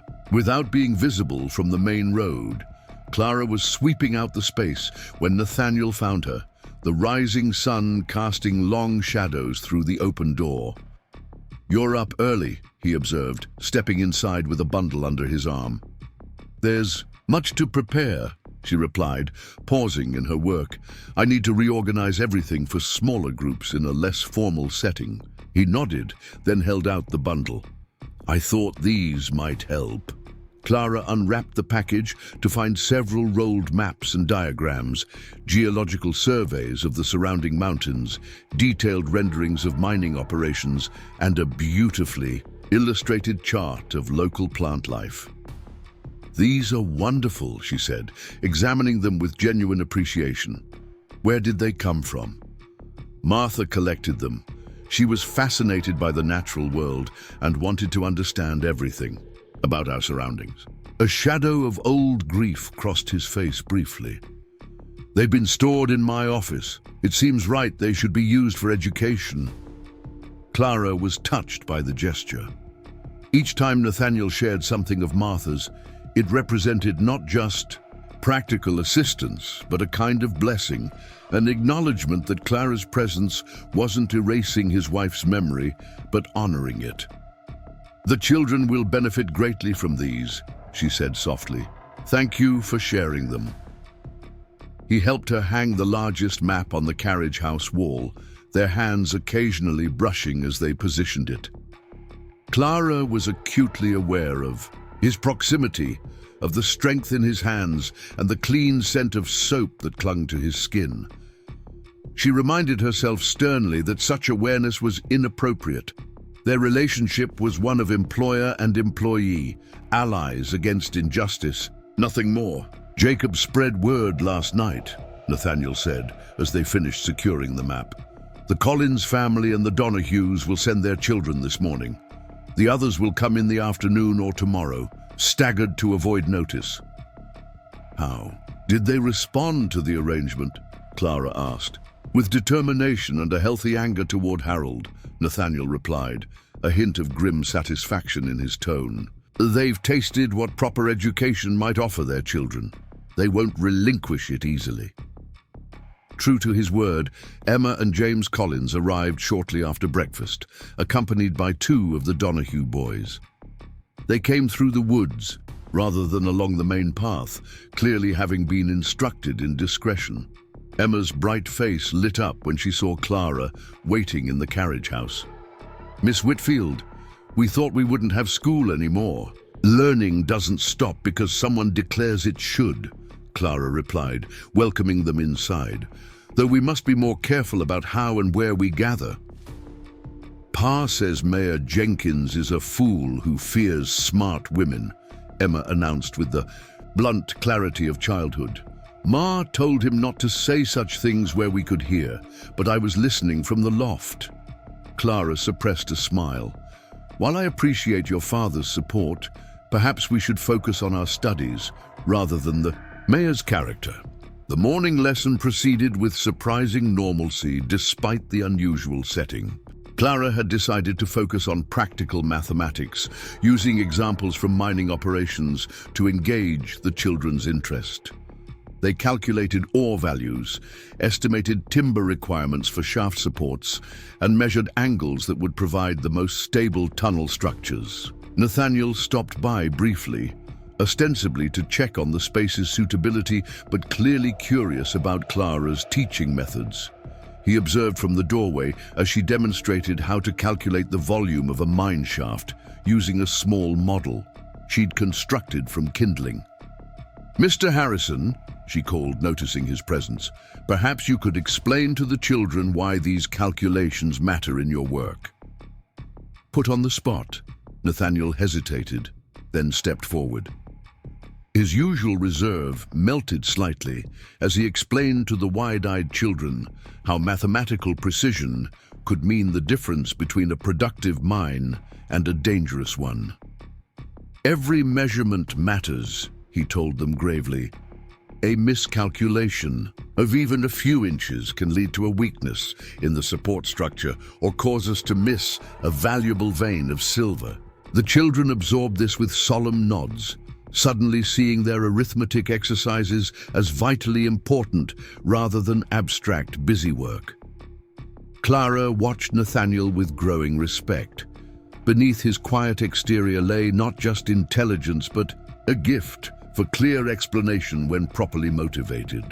When he'd gone, Emma whispered to Clara, "Mr. Harrison isn't as scary as Pa said.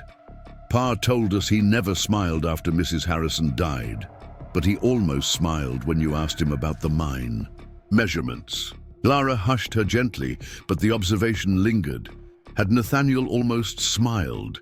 She hadn't noticed, too focused on the children's reactions to his explanation. The thought that his stern demeanor might be softening, even slightly, was both gratifying and unsettling in ways she wasn't prepared to examine. The afternoon brought another small group of students, the Peterson twins with their limited English, a quiet girl named Sarah, whose father worked in the assayer's office, and young Michael Donahue returning for a second lesson. Clara adjusted her approach for these children, incorporating more visual demonstrations and practical exercises that didn't rely heavily on language. By evening, Clara was exhausted, but deeply satisfied. Despite the improvised setting and the need for secrecy, real learning had taken place. The children had responded with enthusiasm to the smaller group size, each receiving more individual attention than had been possible in the larger classroom. She was recording the day's progress in her journal when Nathaniel knocked at her door, his expression uncharacteristically animated. "Jacob has returned from Summit Ridge," he said without preamble. "He brings interesting news." Clara set aside her writing. "About your mining claim?" "Partly. My lawyer confirms the claim is legally unassailable, regardless of Harold's connections. But there's more." He hesitated, then continued. "The stage brought mail from Denver. It seems Harold's qualified teacher is his own nephew, a young man with no teaching experience who was recently dismissed from a banking position for questionable practices." "Hardly the moral paragon Harold claimed was needed," Clara observed. And dryly, "Indeed. But there's something else, something potentially more significant." Nathaniel's eyes held a glint of strategic calculation. "The territorial governor is planning a tour of mining communities next month, assessing their development and needs. Silverdale is on his itinerary." Clara immediately grasped the implications. A higher authority than Harold, one who might take interest in educational matters. Precisely. Governor Lawrence is known for his progressive views on territorial development. He's spoken publicly about the need for proper schools in frontier communities. Hope surged in Clara's chest.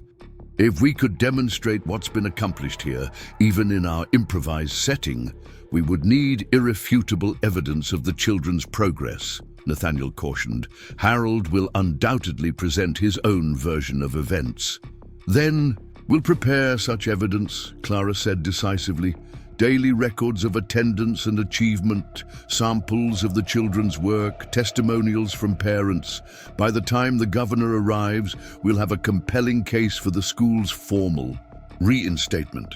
Nathaniel studied her with something like admiration. You don't surrender easily, do you, Miss Whitfield? I was taught that worthy goals deserve persistent effort, she replied with a small smile. My father would say that education is among the worthiest of goals. Your father sounds like a wise man. He was. A familiar pang of loss touched her, not as sharp as it once had been, but still present. He would have approved of this adventure, I think, teaching children who truly hunger for knowledge in defiance of narrow-minded authority. Nathaniel's expression softened. Then we'll continue, for the children's sake and in honor of those who valued learning before us. The moment held a curious intimacy, not physical but intellectual, a recognition of shared purpose that felt almost as powerful as any romantic connection might have been. Clara was the first to look away, suddenly conscious of the impropriety of entertaining a man in her bedroom, even with the door open and their conversation entirely proper. I should complete my records before retiring, she said, gesturing to her journal. Nathaniel nodded, accepting the gentle dismissal. Of course. Rest well, Miss Whitfield. Tomorrow brings new challenges. His words proved prophetic. Shortly before noon the next day, Sheriff Simmons arrived at the Harrison property, his expression uncomfortable beneath his official demeanor. Clara was in the main house between student groups when Rose announced his presence on the porch. He's asking for you specifically, Rose muttered. Says he has official business from the mayor's office. Clara straightened her dress and went to meet him, maintaining a calm exterior despite her racing heart. Had Harold discovered their clandestine classes already? Had someone informed on them? Sheriff Simmons, she greeted him with a polite nod. What brings you out this way? The sheriff removed his hat awkwardly, clearly uncomfortable with his errand. Miss Whitfield, I have a notice for you from Mayor Jenkins. He extended an official-looking document. It's a fine for conducting unauthorized educational activities. Clara accepted the paper, scanning its contents quickly. The fine was substantial, $50, a small fortune for someone in her position. This is dated yesterday, she noted. How could the mayor know of any activities conducted here when the notice was already prepared? Sheriff Simmons shifted his weight uneasily. He said he had reliable information that you intended to defy the council's decision. The fine is, preemptive. I see. And does Mayor Jenkins typically issue fines for actions that haven't yet occurred? That seems a rather extraordinary legal principle. The sheriff's discomfort visibly increased. Miss Whitfield, I'm just delivering the notice. The mayor's instructions were clear. Of course, you're simply doing your duty. Clara folded the paper carefully. Please inform Mayor Jenkins that I've received his notice and will respond appropriately. Sheriff Simmons nodded, clearly relieved the confrontation wasn't escalating. There's one more thing. The mayor asked me to remind you that your presence in Mr. Harrison's household without proper chaperone will become a matter of public concern once Mrs. Wilson departs. The implication was clear. Harold was preparing multiple avenues of attack using both official penalties and social pressure to force Clara into compliance. Please assure the mayor that appropriate arrangements have been made regarding chaperonage, Clara replied evenly. Mrs. Wilson's niece will be joining the household next week. This news seemed to surprise the sheriff. I'll let him know. He replaced his hat, nodded once more, and returned to his horse. Clara watched him ride away, the notice of fine still clutched in her hand. The amount was impossible for her to pay from her meager savings, and she refused to ask Nathaniel to cover it when he was already risking so much on her behalf. Nathaniel found her still standing on the porch, staring at the paper with furrowed brow. "What's happened?" he asked, noting her expression. Wordlessly, she handed him the notice. His face darkened as he read it, anger flashing in his usually controlled features. "This is harassment, pure and simple," he said tightly. "Harold can't possibly prove you've conducted unauthorized teaching, not yet anyway." "It's a clear message," Clara agreed. "He's letting us know he's watching and willing to use any means at his disposal." Nathaniel folded the paper with deliberate precision. "I'll have my lawyer address this. In the meantime, we should consider whether continuing the lessons is worth the risk." Clara was surprised by his apparent hesitation. "Are you suggesting we stop?"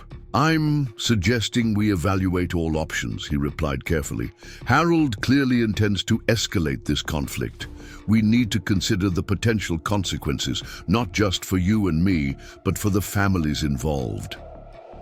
The thought gave Clara a pause.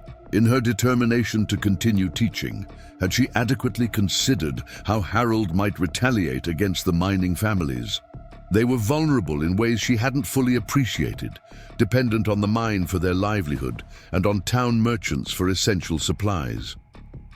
"Perhaps we should ask the parents directly," she suggested. "Let them decide if the risk is worth the benefit for their children." Nathaniel nodded slowly. "A fair approach. Jacob can arrange a discreet meeting this evening after the mine closes for the day." He hesitated, then added more gently, "Whatever they decide, Clara, know that I admire your commitment. Few would stand so firmly against such opposition." It was the first time he had called her by her given name rather than the formal Miss Whitfield. The shift felt significant, a subtle acknowledgement of their evolving relationship from employer-employee to something more like partners in a shared cause. "Thank you, Nathaniel," she replied, testing the reciprocal informality. His name felt right on her lips, as if they had moved past some invisible boundary into more familiar territory. His eyes met hers briefly, registering the change, before he turned to practical matters. "I'll speak with Jacob.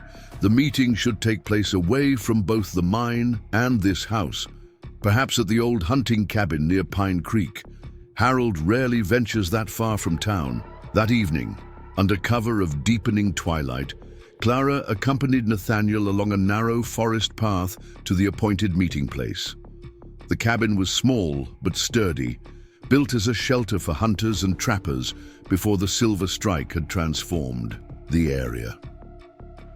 A single lantern burned inside, casting warm light through the single window. As they approached, Clara was moved to see nearly all the mining families already gathered, mothers and fathers who had walked substantial distances after long work days, risking Harold's displeasure to discuss their children's education. Jacob greeted them at the door, his usual stoic expression softened by evident respect. "They're all here," he said quietly to Nathaniel. "Even the Petersons, though they understand little English. Thomas Green came too, to support the cause." Inside, the families made room for Clara and Nathaniel on rough-hewn benches. Dr. Green nodded to them from a corner, his intelligent eyes watching the proceedings with keen interest. Nathaniel addressed the group directly, explaining Harold's fine and the implicit threat behind it. "Miss Whitfield and I called this meeting to determine your wishes," he concluded. "The decision whether to continue these unofficial lessons must rest with you, whose children and livelihoods may be affected." A moment of silence followed, broken by Michael Donohue's father, a burly Irishman with calloused hands and fierce devotion to his motherless sons. "My boy came home yesterday, talking about mathematics like it was magic," he said, his accent thickening with emotion. "Said Miss Whitfield showed him how numbers reveal truth about the world. In 10 years in the mines, I never heard him speak of learning with such fire in his eyes." Emma and James Collins's mother spoke next, her quiet voice carrying surprising conviction. Emma asks questions now, Not just what and how, but why. She's thinking deeper, seeing further. Harold Jenkins won't take that from her, not while I draw breath.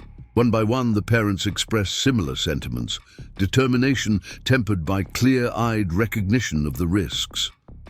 They had seen their children transformed in just 2 days of proper teaching, glimpsed possibilities beyond the narrow future. Harold's interference would impose. Even the Swedish father of the Peterson twins made his position clear through Jacob's halting translation.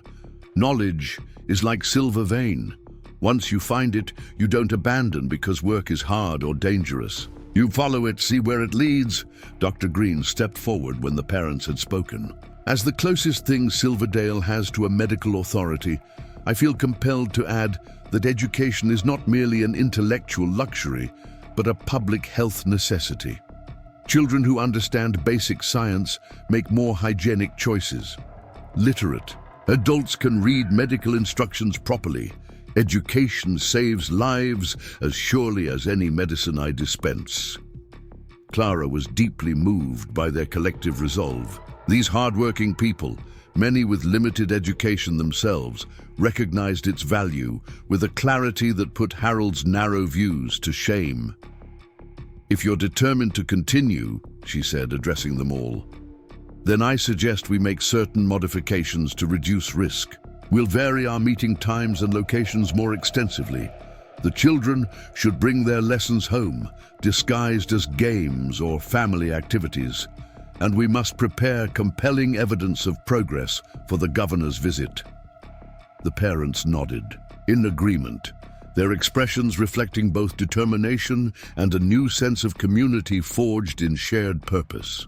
As the meeting concluded and families began their cautious journeys home by separate paths, Dr. Green approached Clara and Nathaniel. "Harold won't back down easily," he warned. "He sees this as a direct challenge to his authority, which in many ways it is." "We're prepared for his opposition," Nathaniel replied. "Are you?" The doctor's gaze was penetrating. "He's spreading rumors in town already, insinuations about your living arrangement, suggestions that Miss Whitfield's presence is more than professional." Clara felt heat rise in her cheeks, though whether from embarrassment or indignation, she couldn't quite say. "Rose's niece arrives next week," Nathaniel said firmly. "That should address the propriety concerns. It may blunt them, but not eliminate them." Dr. Green glanced between them, his expression softening. "I say this as a friend, not a critic. Be careful not just of what is, but of what appears to be. Harold will use any weapon he can find." The warning lingered in Clara's mind as they walked back to the house through moonlit woods. The path was narrow, forcing them to walk close enough that their hands occasionally brushed, sending inexplicable warmth through her despite the cool night air. Was there truth in Harold's insinuations? Not in the sordid sense he implied, certainly. But Clara couldn't deny her growing admiration for Nathaniel. His quiet strength, his unwavering support of education despite personal risk, the glimpses of gentle humor that occasionally broke through his reserved exterior. Such admiration was natural, she told herself firmly. Gratitude and respect, nothing more. Yet the memory of her name on his lips, the way his eyes had met hers, with unspoken understanding, suggested emotions more complex than simple professional alliance. She was still pondering these unsettling thoughts when they reached the house. A light burned in the kitchen window, and through the glass, Clara could see Rose waiting up for them, her worried expression visible even at a distance. "Something's wrong," Nathaniel murmured, quickening his pace. They entered to find Rose clutching a telegram, her face lined with distress. "It's from my daughter," she said without preamble. "Martha won't be coming. Harold Jenkins visited her employer in Denver yesterday, told him she was needed as a witness in some legal matter involving vagrant children. She can't leave without losing her position." Clara felt the blood drain from her face. Harold was moving more quickly and thoroughly than they had anticipated, closing off their planned solution to the chaperone problem. "That's not all," Rose continued grimly. "Sheriff Simmons came by while you were gone, said to tell you that the mayor is calling a special town meeting tomorrow afternoon. Topic of discussion is moral standards in educational environments. He specifically requested Miss Whitfield's presence." Nathaniel's expression hardened into cold anger. "He means to publicly humiliate Clara, force her either to leave Silverdale or abandon the teaching." "Or both," Clara said quietly, reading the full implications of Harold's strategy.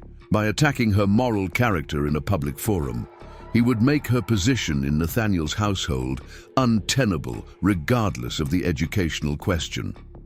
"We've underestimated him," Nathaniel acknowledged, his voice tight with suppressed fury. "He's moving on multiple fronts simultaneously." Clara squared her shoulders, refusing to surrender to the wave of despair threatening to engulf her. "Then we must do the same. If Harold wants a public confrontation, he shall have one, but not on his terms alone." The determined set of her jaw belied the anxiety churning within. Tomorrow's meeting would be a turning point, for better or worse. Either she would find a way to counter Harold's attacks, or her brief experiment in frontier education, and perhaps her time in Silverdale altogether, would come to an abrupt and ignominious end. Dawn crept reluctantly over the mountains, painting the sky in hesitant strokes of pink and gold. Clara had slept little, her mind churning with strategies and counter-strategies for the confrontation that lay ahead. She dressed with particular care, selecting her most conservative grey dress with its high collar and modest trim.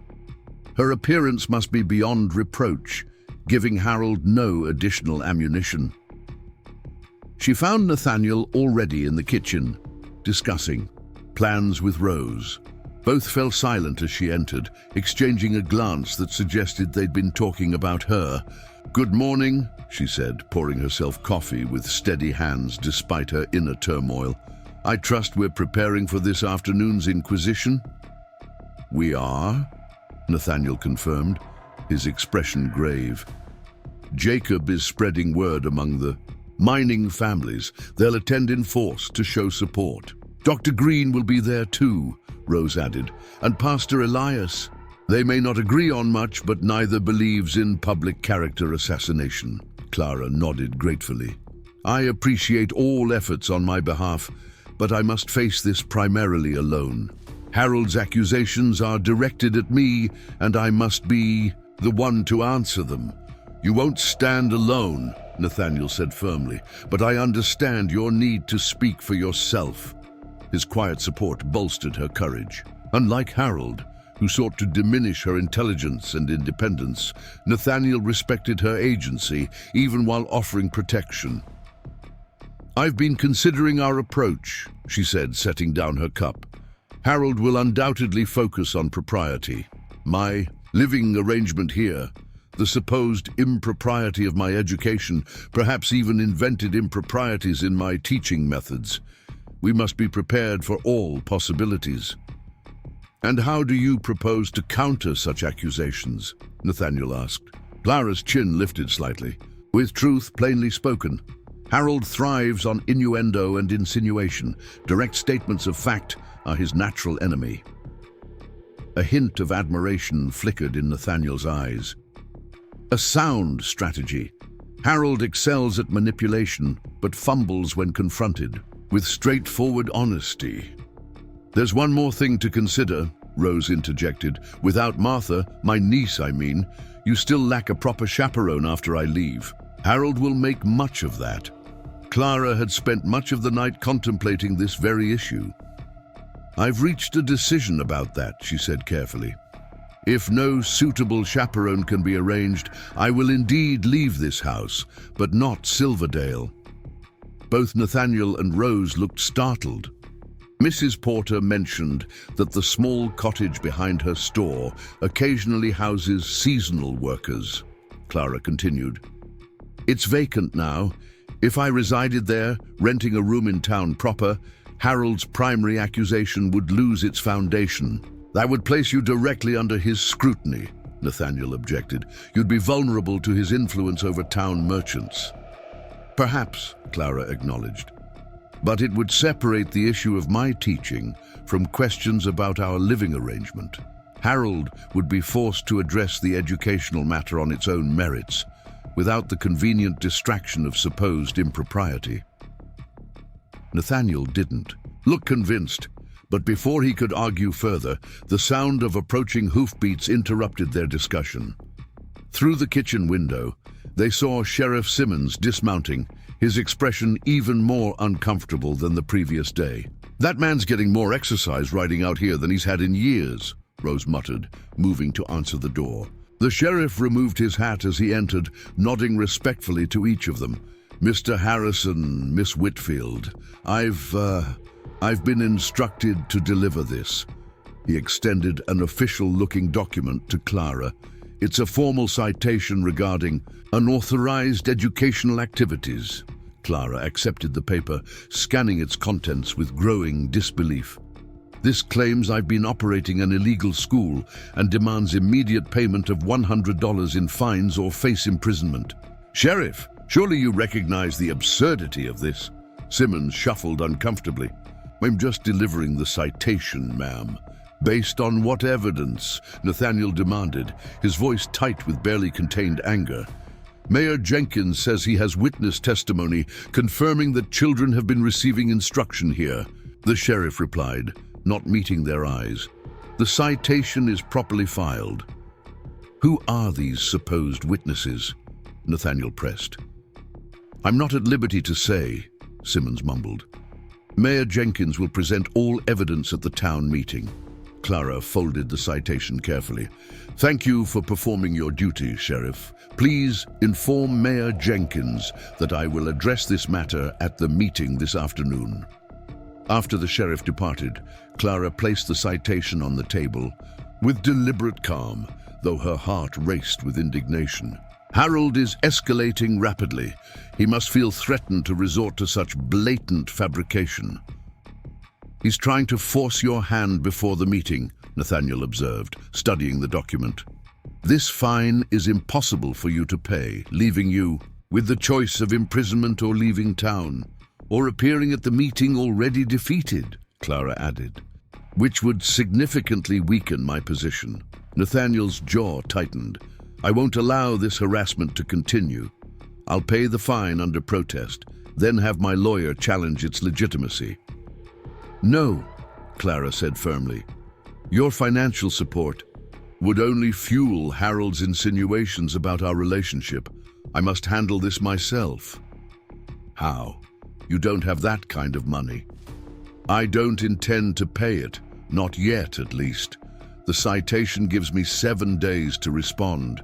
By then we'll have presented our case to the town and hopefully found a more reasonable resolution." Nathaniel studied her face, concern evident in his eyes. "Harold won't hesitate to have you arrested if it serves his purpose." "Then he would have to explain to his constituents why he imprisoned a woman for teaching children to read," Clara replied with more confidence than she felt. "That might prove difficult, even for Harold's silver tongue." The hours before the town meeting passed with agonizing slowness. Clara found herself unable to concentrate on household tasks, her mind constantly returning to the confrontation. Ahead, would the community support her, or would Harold's position and influence sway them against her? What new accusations might he bring? How would she respond if the situation turned truly ugly? By mid-afternoon, the tension in the house was palpable. Rose fussed over Clara's appearance, insisting she wear her hair in the most conservative style possible and lending her a modest cameo brooch to look proper respectable. Nathaniel disappeared to the mine briefly, returning with Jacob and several of the miners who would attend the meeting. "The families will come directly from their homes," Jacob explained. "They'll arrive separately to avoid looking like an organized opposition." As the appointed hour approached, Clara, Nathaniel, Rose, and Jacob set out for town. They traveled by wagon rather than on horseback, a deliberate choice that emphasized propriety over convenience. Clara sat beside Rose on the rear bench, maintaining appropriate distance from Nathaniel, conscious that every detail of their appearance would be scrutinized. The town hall, still just the cleared saloon, was already crowded when they arrived. Harold stood at the front of the room, engaged in quiet conversation with Sheriff Simmons and two well-dressed men Clara didn't recognize. He looked up as they entered, his eyes narrowing slightly before he composed his features into a mask of official concern. Dr. Green approached them immediately, his usual affable manner subdued. "He's imported reinforcements," he murmured, nodding toward the strangers. "The older one is Judge Holloway from Summit Ridge, technically the judicial authority for this district, but rarely involved in local matters. The younger is Edward Parker, Harold's nephew, presumably the qualified teacher we've been promised." Clara studied the young man with interest. Edward Parker appeared to be in his late 20s, with a dandified appearance that seemed out of place in the frontier setting. His expression suggested both boredom and disdain, hardly the demeanor of someone passionate about educating children. "The judge's presence suggests Harold expects legal proceedings," Nathaniel observed quietly. "Or wants to create that impression," Dr. Green countered. "Holloway rarely leaves Summit Ridge without substantial incentive. I wonder what Harold promised him." Before they could speculate further, Harold called the meeting to order, his voice carrying the practiced authority of a man accustomed to commanding attention. "Citizens of Silverdale, thank you for gathering on such short notice. We face a matter of significant concern to our community's moral and educational well-being." He gestured toward the judge and his nephew. "We are honored by the presence of Judge Holloway, who has graciously agreed to advise us on legal matters, and Mr. Edward Parker, a graduate of Denver Academy, who has agreed to accept the position of school teacher for Silverdale." Murmurs rippled through the crowd. Clara noticed several of the mining families exchanging skeptical glances at the introduction of the supposed teacher. Harold continued, his tone shifting to one of grave concern. "It has come to the council's attention that, despite our clear directive suspending unofficial educational activities until Mr. Parker's arrival, certain parties have deliberately defied this order." His gaze fixed on Clara with undisguised hostility. "Miss Whitfield, recently arrived from Boston and rejected as a suitable wife due to her unconventional mindset, has been conducting unauthorized teaching on Mr. Harrison's property, exposing impressionable children to potentially harmful ideologies." Clara felt, rather than saw, Nathaniel stiffen beside her, his anger almost palpable. She placed a restraining hand briefly on his arm. This was her battle to fight. "Furthermore," Harold pressed on, "Miss Whitfield has been residing in Mr. Harrison's household without proper chaperonage, a situation that raises serious questions about moral propriety and suitability as an influence on our children." The accusation hung in the air, its implication clear to everyone present. Clara felt heat rising in her cheeks, not from shame but from indignation at such a transparent attempt to damage her reputation. "Sheriff Simmons has issued a citation for the unauthorized teaching activities," Harold continued, producing a copy of the document Clara had received that morning. "Miss Whitfield faces a fine of $100 or imprisonment should she be unable to pay." He paused, scanning the crowd with the practiced eye of a skilled manipulator. "However, as mayor, I am authorized to show leniency if appropriate steps are taken to remedy the situation. Miss Whitfield, if you will publicly pledge to cease all teaching activities and depart from Mr. Harrison's household immediately, the council may consider reducing the penalties." The offer was exactly what Clara had expected, a public humiliation. designed to force her capitulation while appearing magnanimous. Harold was giving her a choice between financial ruin, imprisonment, or surrender of both her vocation and her current home. She rose slowly, feeling all eyes upon her. The room fell silent, anticipation thick in the air. "Mayor Jenkins," she began, her voice clear and steady despite her racing heart, "I appreciate the opportunity to address these serious accusations directly." Harold nodded with false graciousness, clearly expecting an apology or plea for mercy. "First, regarding the matter of unauthorized teaching," Clara continued. "The town council's directive specifically prohibited the operation of a school within town limits until the arrival of a qualified teacher. As Mr. Harrison's property lies outside town boundaries, and as the educational activities conducted, there have been informal gatherings rather than an organized school, no violation has occurred." Murmurs of surprise rippled through the audience. Harold's expression darkened slightly. "As for the citation," Clara pressed on, "it appears to be based on witness testimony that children have received instruction at Mr. Harrison's residence. I do not dispute this fact. Children have indeed visited and participated in discussions of literature, mathematics, and natural sciences. However, such informal sharing of knowledge between private citizens on private property falls outside the council's regulatory authority."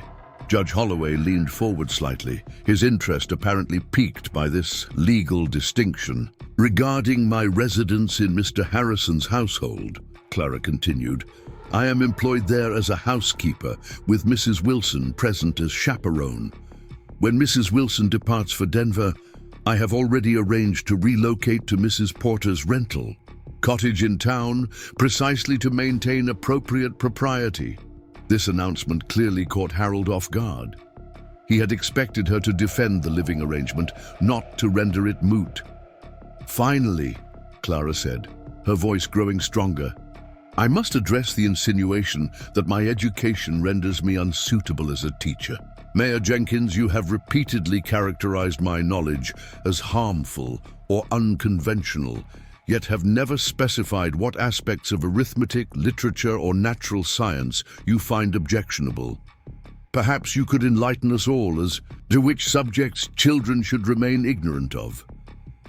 A few chuckles sounded from the mining families. Harold's face flushed slightly. "The issue is not specific subjects, but the general unsuitability of advanced education for young minds in a frontier community," he blustered. "Mr. Parker has been trained in appropriate methods." "Excuse me," Dr. Green interrupted, rising from his seat. "As a medical professional with an interest in educational matters, I feel compelled to ask about Mr. Parker's specific qualifications. What teaching experience does he possess?" Edward Parker shifted uncomfortably as attention turned to him. Harold answered hastily, "My nephew graduated with honors from Denver Academy and has extensively studied modern educational methods." "Has he actually taught children before?" Dr. Green persisted. "His theoretical knowledge is extensive," Harold evaded. "I have another question," called Jacob from among the miners.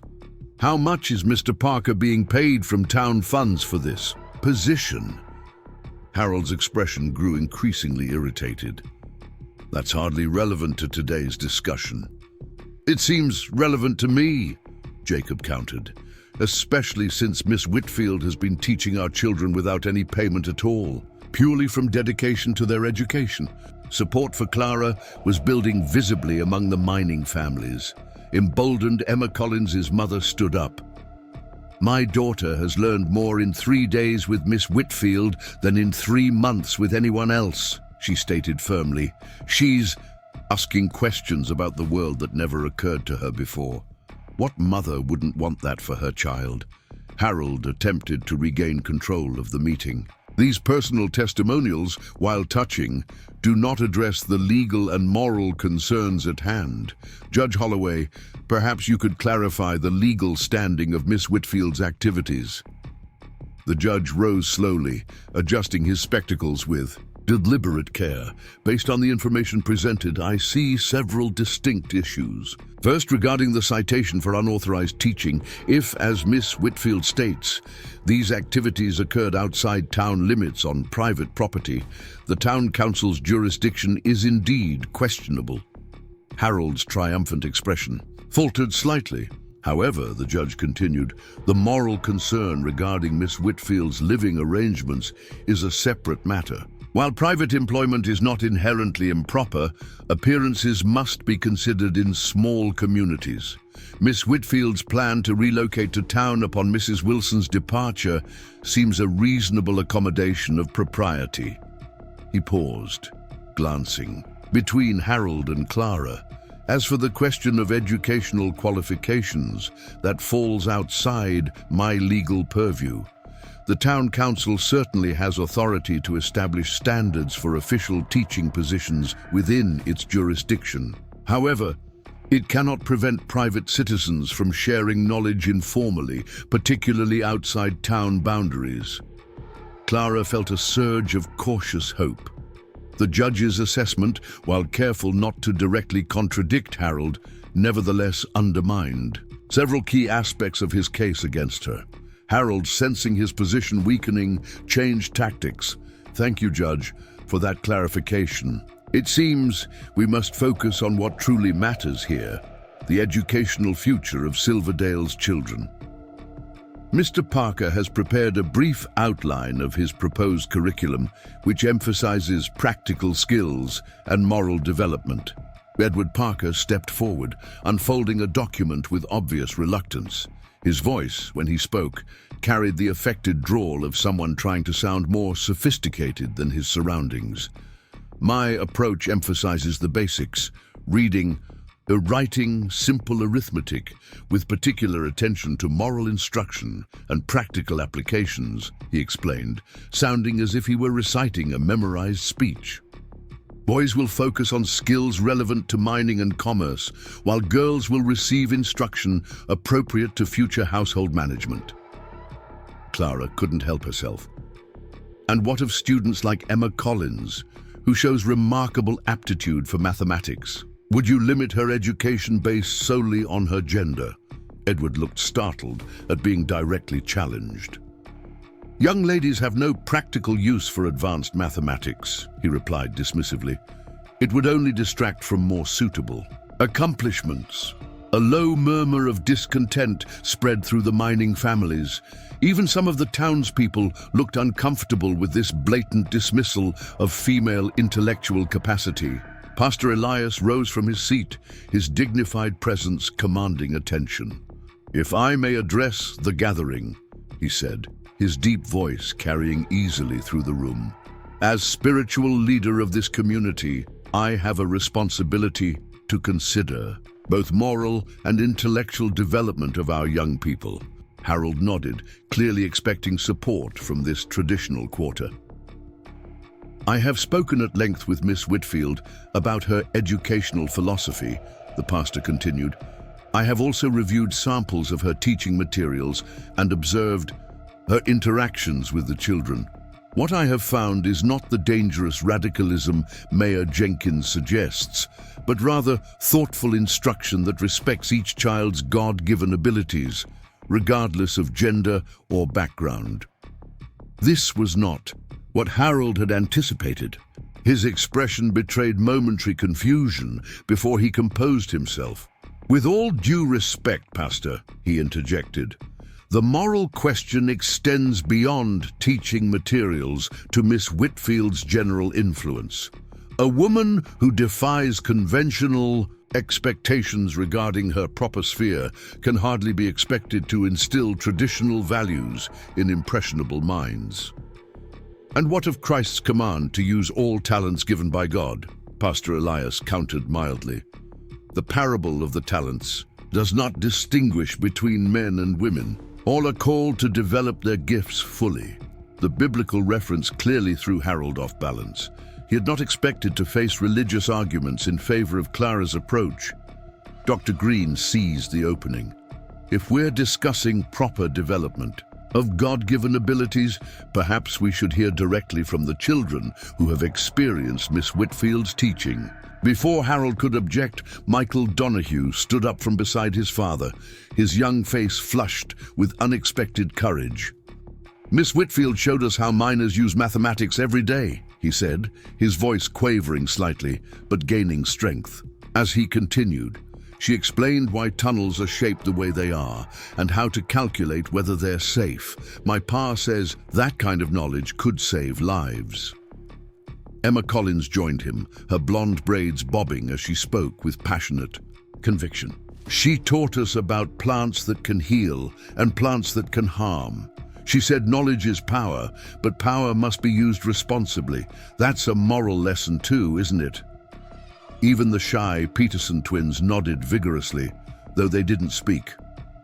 Harold looked increasingly frustrated as the meeting slipped further from his control. The community response was not following his carefully orchestrated plan. Clara felt a surge of gratitude for these unexpected allies, not just Nathaniel and Dr. Green, whom she had counted on, but ordinary families standing up for educational principles they might never have articulated before now.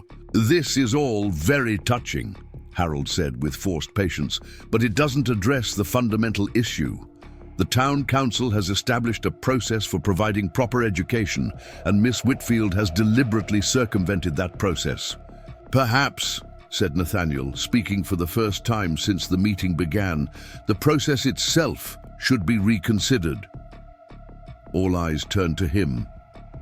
Nathaniel rarely involved himself in town politics, preferring to focus on his mining operations. His intervention now carried particular weight precisely because of its rarity. "Silverdale exists because of the mine," he continued, his deep voice calm but authoritative. "The mine provides employment, attracts business, creates the tax base that funds town services. The miners and their families are not peripheral to this community. They are its foundation." Harold shifted uncomfortably. While he might dismiss Clara as an outsider or Dr. Green as an intellectual, Nathaniel's economic importance to Silverdale made him harder to ignore. "What are you suggesting, Harrison?" Harold asked warily.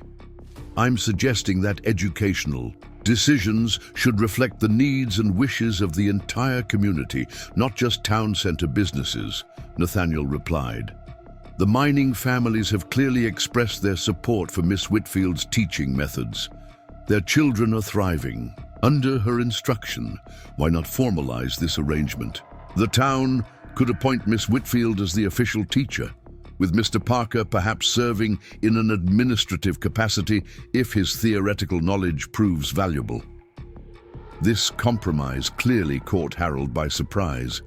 He had expected outright opposition, not a reasonable proposal that would be difficult to reject without appearing petty. "That's an interesting suggestion," he said carefully. "But Miss Whitfield lacks the official certification required by territorial standards." "Actually," Clara interjected, reaching into her small handbag, "I have my Massachusetts teaching certificate, which exceeds the requirements specified in the Colorado Territorial Educational Guidelines."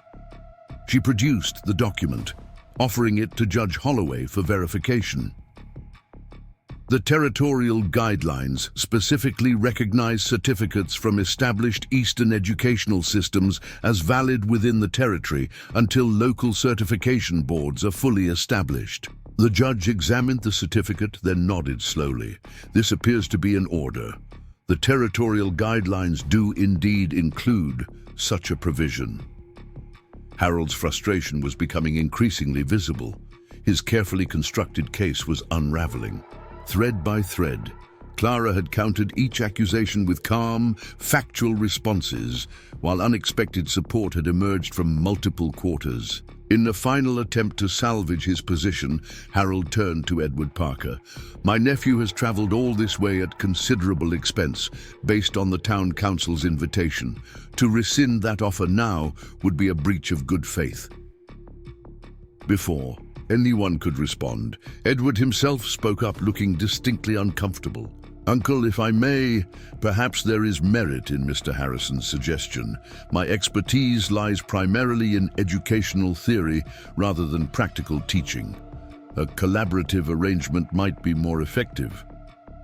Clara detected a note in his voice that suggested he was far less enthusiastic about actually teaching children than about securing a paid position in Silverdale. Perhaps he saw Nathaniel's proposal as a way to maintain salary while minimizing actual work. Harold looked momentarily betrayed before recovering his political composure. Well, this is an unexpected development. Perhaps the council should consider the possibility of a collaborative educational model. It wasn't capitulation, but it was retreat. A significant concession from a man who had entered the meeting intent on public humiliation and decisive victory. Judge Holloway cleared his throat. Given the complexities of this situation and the apparently strong community interest, I would recommend establishing a proper school board comprising representatives from town businesses, mining families, and relevant professionals such as Dr. Green. Such a board could evaluate qualifications objectively and establish a formal educational framework that serves all of Silverdale's children. This judicial suggestion, coming from a neutral authority figure, provided Harold with a face-saving path forward. He nodded slowly, as if the idea had merit he hadn't previously considered. A thoughtful recommendation, Judge. The council will certainly take it under advisement. He paused, visibly regrouping. In the meantime, regarding the citation issued to Miss Whitfield, given the jurisdictional questions raised, it seems appropriate to suspend enforcement pending further legal review. It was as close to a retraction as Harold Jenkins was likely to offer. Clara accepted it with a gracious nod, careful not to appear triumphant. This was a battle won, not the war, and maintaining dignity would serve her better than gloating. As the meeting concluded, community members approached Clara with words of support and gratitude. Mining families in particular seemed energized by the unexpected victory, their expressions reflecting new confidence in their collective voice. Dr. Green made his way to Clara's side, his eyes twinkling with barely suppressed delight. "Masterfully handled," he murmured. Harold expected a frightened Boston spinster. He found a formidable advocate instead. "The outcome isn't certain yet," Clara cautioned, though she couldn't entirely suppress her own sense of satisfaction. "Harold won't surrender his influence over education without further struggle." "True enough," the doctor agreed, "but you've changed the terms of engagement. This is no longer about your personal qualifications or living arrangements. It's about the community's right to determine their children's education." Nathaniel approached, his expression more open than Clara had ever seen it. Something in his eyes, pride, admiration, sent an unexpected warmth through her. "You were magnificent," he said quietly, for her ears alone.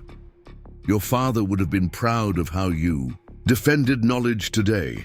The personal nature of the compliment touched Clara deeply. Nathaniel rarely spoke of emotional matters, making this recognition particularly meaningful. "Thank you for your support," she replied. "Your suggestion of collaboration was inspired. It offered Harold a path to retreat without complete surrender." "I merely stated what seemed obvious," he said with characteristic modesty. "You did the hard work of challenging his assumptions about education and women's capabilities." As they prepared to leave, Clara noticed Harold watching them from across the room, his expression calculating despite his public concessions. This wasn't over. Harold Jenkins was not a man who accepted defeat gracefully, even a partial one. But for today, at least, she had stood her ground. The children would continue learning, and she had found unexpected allies in this remote mountain community. For a woman who had arrived as a rejected mail-order bride just days ago, it was no small victory. The ride back to Nathaniel's house was quiet, each of them processing the events of the afternoon in their own way. The sun was setting behind the mountains, painting the valley in shades of gold and purple. Clara found herself studying Nathaniel's profile as he drove the wagon, noting the way the evening light softened the lines of grief that usually marked his features. Something had shifted between them during this confrontation. Not romance, not yet, but a deepening connection forged in shared purpose and mutual respect. For the first time since her father's death, Clara felt truly seen for who she was, her education valued rather than merely tolerated or actively condemned. As the house came into view, she found herself wondering what the future might hold. The threat of Harold's opposition remained, but so did the promise of meaningful work and unexpected alliance. Whatever came next, Clara Whitfield was no longer alone in facing it. 2 weeks passed in relative calm following the town meeting. True to her word, Clara relocated to Mrs. Porter's cottage in town once Rose departed for Denver. The small dwelling was sparsely furnished but clean, with a narrow bed, a plain wooden table and 2 chairs. Mrs. Porter had added touches of comfort: a braided rug, curtains at the single window, a vase of wildflowers on the table. "It's not much," the shopkeeper had apologized, "but it's private and respectable. No one can question your propriety here." Clara had thanked her sincerely. After the luxurious space of Nathaniel's house, the cottage felt confining, but it offered independence and silenced Harold's most potent criticism. Each morning, she walked to the schoolhouse that Nathaniel had established on his property just beyond town limits. Close enough for the children to reach easily, far enough to maintain the legal distinction that had proven so important. The proposed school board was taking shape, with Dr. Green, Jacob, Mrs. Porter, and 2 other citizens appointed to draft formal guidelines. Harold had managed to secure positions for himself and Edward Parker, but found himself consistently outvoted on educational matters. To Clara's surprise, Edward had proven unexpectedly supportive of her teaching methods, once freed from his uncle's immediate influence. "I never actually wanted to teach," he confessed to Clara after observing one of her lessons. "Uncle Harold promised me an administrative position with minimal actual contact with children. Your approach is far more effective than anything I could offer." This tentative alliance further isolated Harold, whose opposition now appeared increasingly personal rather than principled. He had retreated strategically, focusing his energy on delaying the formal recognition of the school while searching for new angles of attack. Clara was returning from the schoolhouse one evening, arms laden with student compositions, when she noticed unusual activity at the assayer's office. A well-dressed stranger was examining documents while Harold hovered nearby, his expression suggesting suppressed excitement. Something in their manner, the furtive glances, the hushed conversation, raised Clara's suspicions immediately. She continued walking, careful not to draw attention to herself, and proceeded directly to Mrs. Porter's store. The shopkeeper was arranging a display of canned goods, but paused at Clara's entrance. "You look troubled," Mrs. Porter observed. "Something amiss?" Clara described what she had seen, concluding, "It may be nothing, but Harold seemed triumphant. Given his recent setbacks regarding the school, I can't help but wonder if he's found a new strategy." Mrs. Porter's brow furrowed. The stranger's likely Frederick Compton from Denver arrived on the afternoon stage. Word is, he represents Eastern mining investors looking for new opportunities. A chill of apprehension ran through Clara. "Investors interested in Silver Creek mine?" "Can't say for certain," Mrs. Porter replied cautiously. "But Harold's been hinting about significant changes coming to Silverdale to anyone who'll listen." Clara thanked her for the information and continued to her cottage, her mind racing. If Harold had somehow enticed outside investors to challenge Nathaniel's operation, the consequences could extend far beyond their educational dispute. The mine wasn't just Nathaniel's livelihood, it supported the entire community. She considered going directly to Nathaniel with this information, but hesitated. Their relationship had grown increasingly complex since her move to town.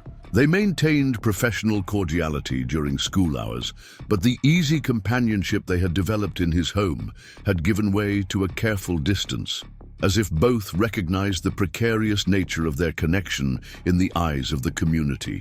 Instead, Clara sought out Dr. Green, whose position as both school board member and Nathaniel's friend made him an ideal confidant. She found him in his small office, organizing medical supplies.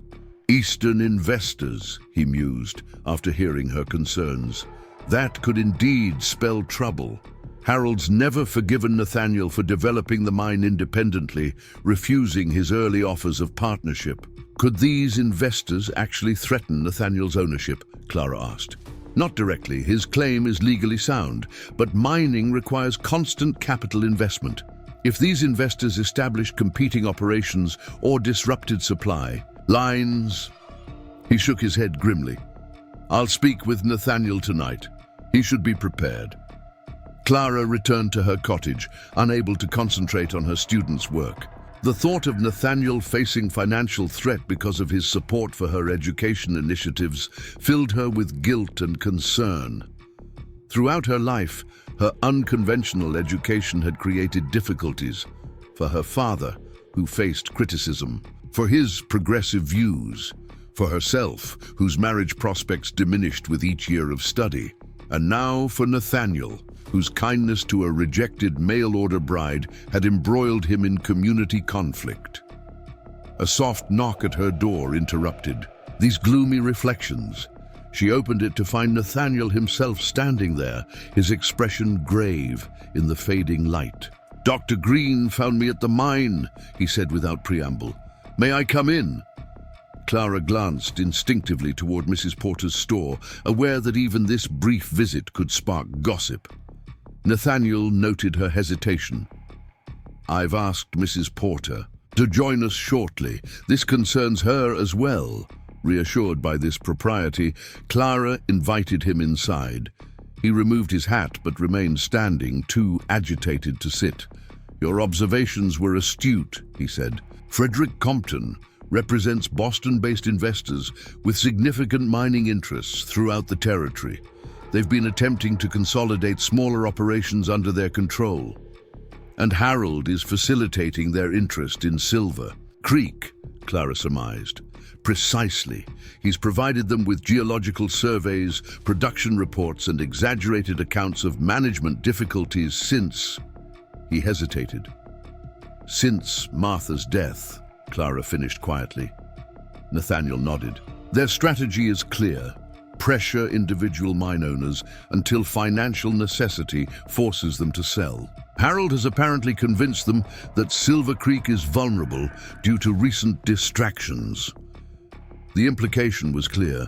Harold was using Nathaniel's support of Clara and the school as evidence of poor business judgment, suggesting the mine's management had suffered as a result.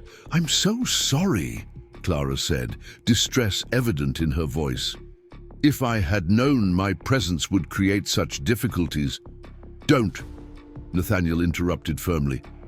Harold would have found another pretext. If not this one, his resentment predates your arrival by years. Mrs. Porter arrived then, bringing with her the protective legitimacy of her presence, as well as additional information gleaned from town gossip.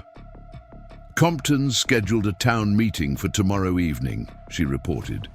He's presenting some proposal about regional development that requires community support, undoubtedly orchestrated by Harold, Nathaniel observed grimly. They need the town council's cooperation for certain permits and right-of-way access. Clara listened as they discussed potential responses, legal options, and community alliances that might counter this new threat. Her mind kept returning to Harold's fundamental motivation, not just business rivalry, but wounded pride, particularly regarding her rejection and subsequent independent success. Perhaps, she said slowly, an idea forming, we need to address the root of Harold's animosity, rather than just its symptoms. They both turned to her with questioning looks. Harold's actions have escalated not because of mining interests alone, but because his pride was wounded when I rejected the role he had designed for me, Clara explained. He expected a submissive, decorative wife who would enhance his status without challenging his authority. Instead, he encountered someone whose education threatened his sense of superiority. That's certainly true, Mrs. Porter agreed, but how does that help our current situation? What if we could demonstrate that education, particularly women's education, offers economic benefits even Harold can't ignore?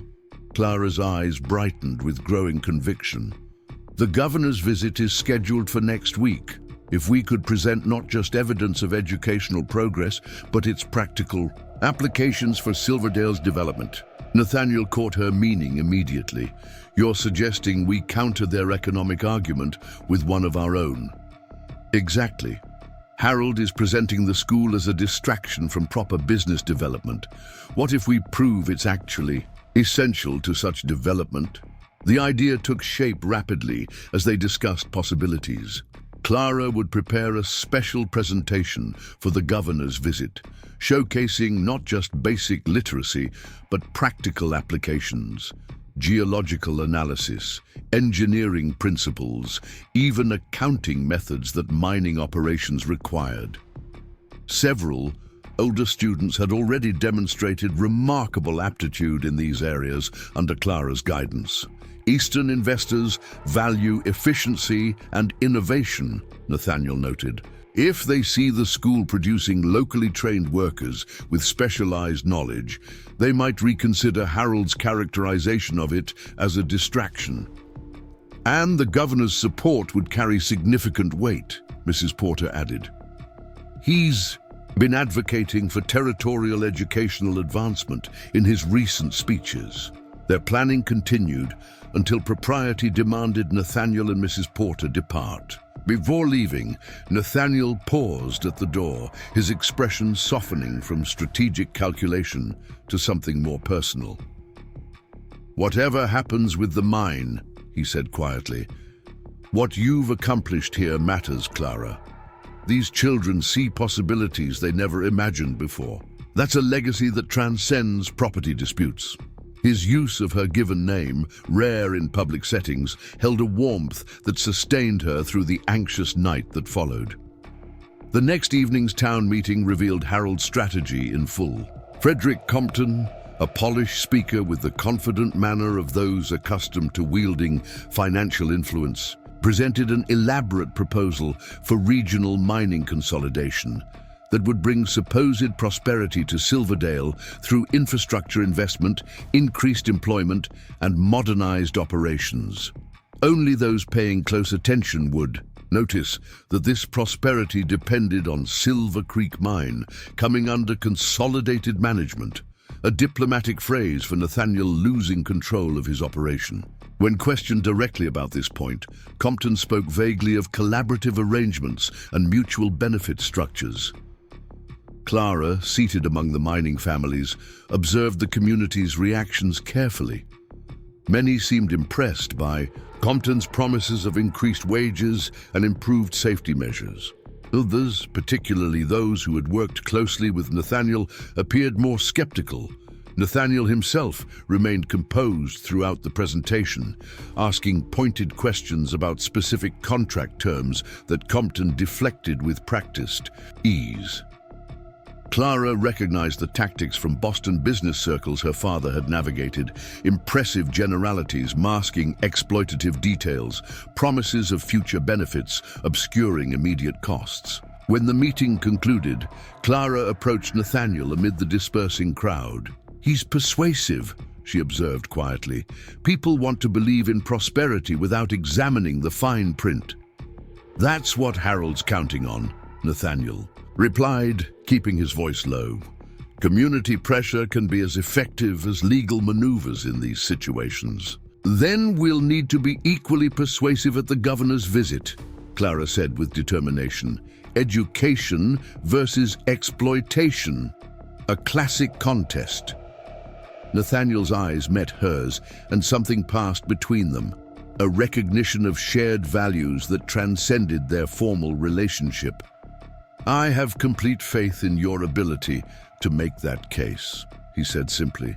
The week that followed was among the most demanding of Clara's life. While maintaining regular lessons, she worked with selected students on special demonstrations for the governor's visit. Emma Collins proved exceptionally adept at explaining how mathematical principles applied to mining structural integrity. Michael Donoghue developed a remarkable presentation on local geology and its implications for future silver deposits. Even the Peterson twins, overcoming their limited English, prepared an impressive display of engineering drawings showing potential improvements to existing mining techniques. Throughout these preparations, Clara was conscious of Harold's continued opposition. Rumors circulated about potential penalties for parents who supported the unofficial school. Subtle pressures were applied to community members who had voiced support for Clara's methods. Yet the mining families remained steadfast, their commitment to their children's education outweighing fear of Harold's influence. The governor's arrival was heralded by uncharacteristic tidiness in Silverdale's usually dusty main street. Buildings sported fresh paint, sidewalks had been swept, and even the saloon's exterior received attention. Harold, resplendent in his finest suit, waited at the stagecoach stop alongside other town officials. Governor Lawrence proved younger and less formal than many had expected. His handshake was firm, his gaze direct, and his questions specific rather than ceremonial. He seemed genuinely interested in Silverdale's development, not merely performing obligatory official duties. Harold immediately attempted to monopolize the governor's attention, steering him toward a prearranged tour of town improvements. Clara, watching from Mrs. Porter's store, felt momentary discouragement. How would the governor even learn about the educational initiatives if Harold controlled his entire visit? Her concern proved unnecessary. During lunch at the town's only restaurant, Dr. Green managed to mention the educational experiment underway at the edge of town. The governor's interest was immediately piqued. "My administration considers education essential to territorial development," he stated firmly. "I'd very much like to see this experiment firsthand." Harold's protest that the school lacked official recognition was smoothly countered by the governor himself. Unofficial initiatives often pioneer approaches that formal systems later adopt. "I'm particularly interested in innovative methods." That afternoon, against Harold's barely concealed dismay, Governor Lawrence visited the schoolhouse on Nathaniel's property. Clara had arranged for students to demonstrate not just basic literacy and numeracy, but practical applications specific to mining community needs. The governor moved among the children, asking thoughtful questions and nodding with evident approval at their confident responses. When Emma Collins explained how calculating load-bearing requirements for support beams could prevent tunnel collapses, his eyebrows rose appreciatively. "This is precisely the kind of practical education the territory needs," he commented to Clara. "Theoretical knowledge applied to immediate community concerns." The centerpiece of the presentation came when Michael Donoghue unveiled a detailed geological map he had created under Clara's guidance, showing potential new silver deposits based on systematic analysis of existing formations. "This is remarkable work for a child his age," the governor observed. "Education should prepare children for the future they will actually encounter," Clara replied. "Not just preserve traditions from a past they never experienced. These children will inherit Silverdale. They should understand its resources and challenges intimately." Harold, who had accompanied the governor with visible reluctance, could hardly dispute the impressive display without appearing opposed to community advancement. He maintained stony silence as Governor Lawrence expressed increasing enthusiasm for Clara's methods. The visit concluded with an unexpected announcement. The governor, impressed by what he had witnessed, pledged territorial funds to establish Silverdale School officially, with Clara Whitfield designated as head teacher, and a proper schoolhouse to be constructed on land donated by Nathaniel Harrison. The territory's future depends on communities that balance resource development with human development, Governor Lawrence stated to the assembled families. Silverdale appears positioned to exemplify this balance. Harold's carefully orchestrated plans had been thoroughly undermined. Frederick Compton, who had also attended the demonstration, appeared significantly less interested in Harold's narrative of mismanagement when confronted with clear evidence of innovative community education, supporting mining operations. As the gathering dispersed, Clara found herself momentarily alone with Nathaniel near the schoolhouse door. His expression held something she hadn't seen before, not just approval or respect, but a warmth that suggested deeper feelings carefully contained. "You've done the impossible," he said quietly. "Changed, not just minds, but hearts." "Not alone," she replied. "None of this would have happened without your support, your belief in education's value. Martha would have been proud of what you've accomplished," he said, his voice softening. "She always believed knowledge was the most precious resource these mountains offered." Clara felt the significance of those words, not a comparison, but a connection, a recognition that his past loss and her present purpose were somehow harmonious rather than conflicting. "Perhaps," she ventured carefully, "when the new schoolhouse is completed and my position formalized, we might reconsider certain arrangements." His eyes held a question. "Mrs. Porter's cottage is quite small for preparing lessons," Clara explained, a hint of color touching her cheeks. And Governor Lawrence did emphasize the importance of permanent educational leadership for Silverdale's future. Understanding dawned in his expression, followed by something that might have been hope. "Are you suggesting a more permanent arrangement might be appropriate? With proper community recognition and approval," she clarified. "No impropriety, just practical consolidation of educational resources." The hint of a smile touched his lips. "I believe Martha's library remains underutilized. The books miss your attention." They stood for a moment in comfortable silence, both recognizing that what had begun as reluctant necessity, a rejected mail-order bride finding unexpected employment, had evolved into something neither could have anticipated. Genuine connection based not on conventional expectations, but on shared values and mutual respect. "Miss Whitfield," Nathaniel said finally, formality returning as others approached, "I look forward to discussing the details of Silverdale's educational future at your convenience." "As do I, Mr. Harrison," she replied, her smile containing private understanding beneath public propriety. "I believe it holds great promise." The governor's carriage departed in a cloud of dust. Harold retreated to lick his wounds, and Clara Whitfield, once rejected for being too educated, found herself exactly where her knowledge and determination had led her. Recognized not despite her education, but because of it. Valued for precisely what others had once deemed a liability. The silver mine would continue under Nathaniel's steady management. The school would grow under Clara's guidance. And Silverdale would develop in ways Harold Jenkins had never imagined, enriched by the very qualities he had attempted to suppress. Sometimes, Clara reflected as she watched the sun set behind mountains that had become home, rejection simply redirects us to where we truly belong. Up next, you've got two more standout stories right on your screen. If this one hit the mark, you won't want to pass these up. Just click and check them out.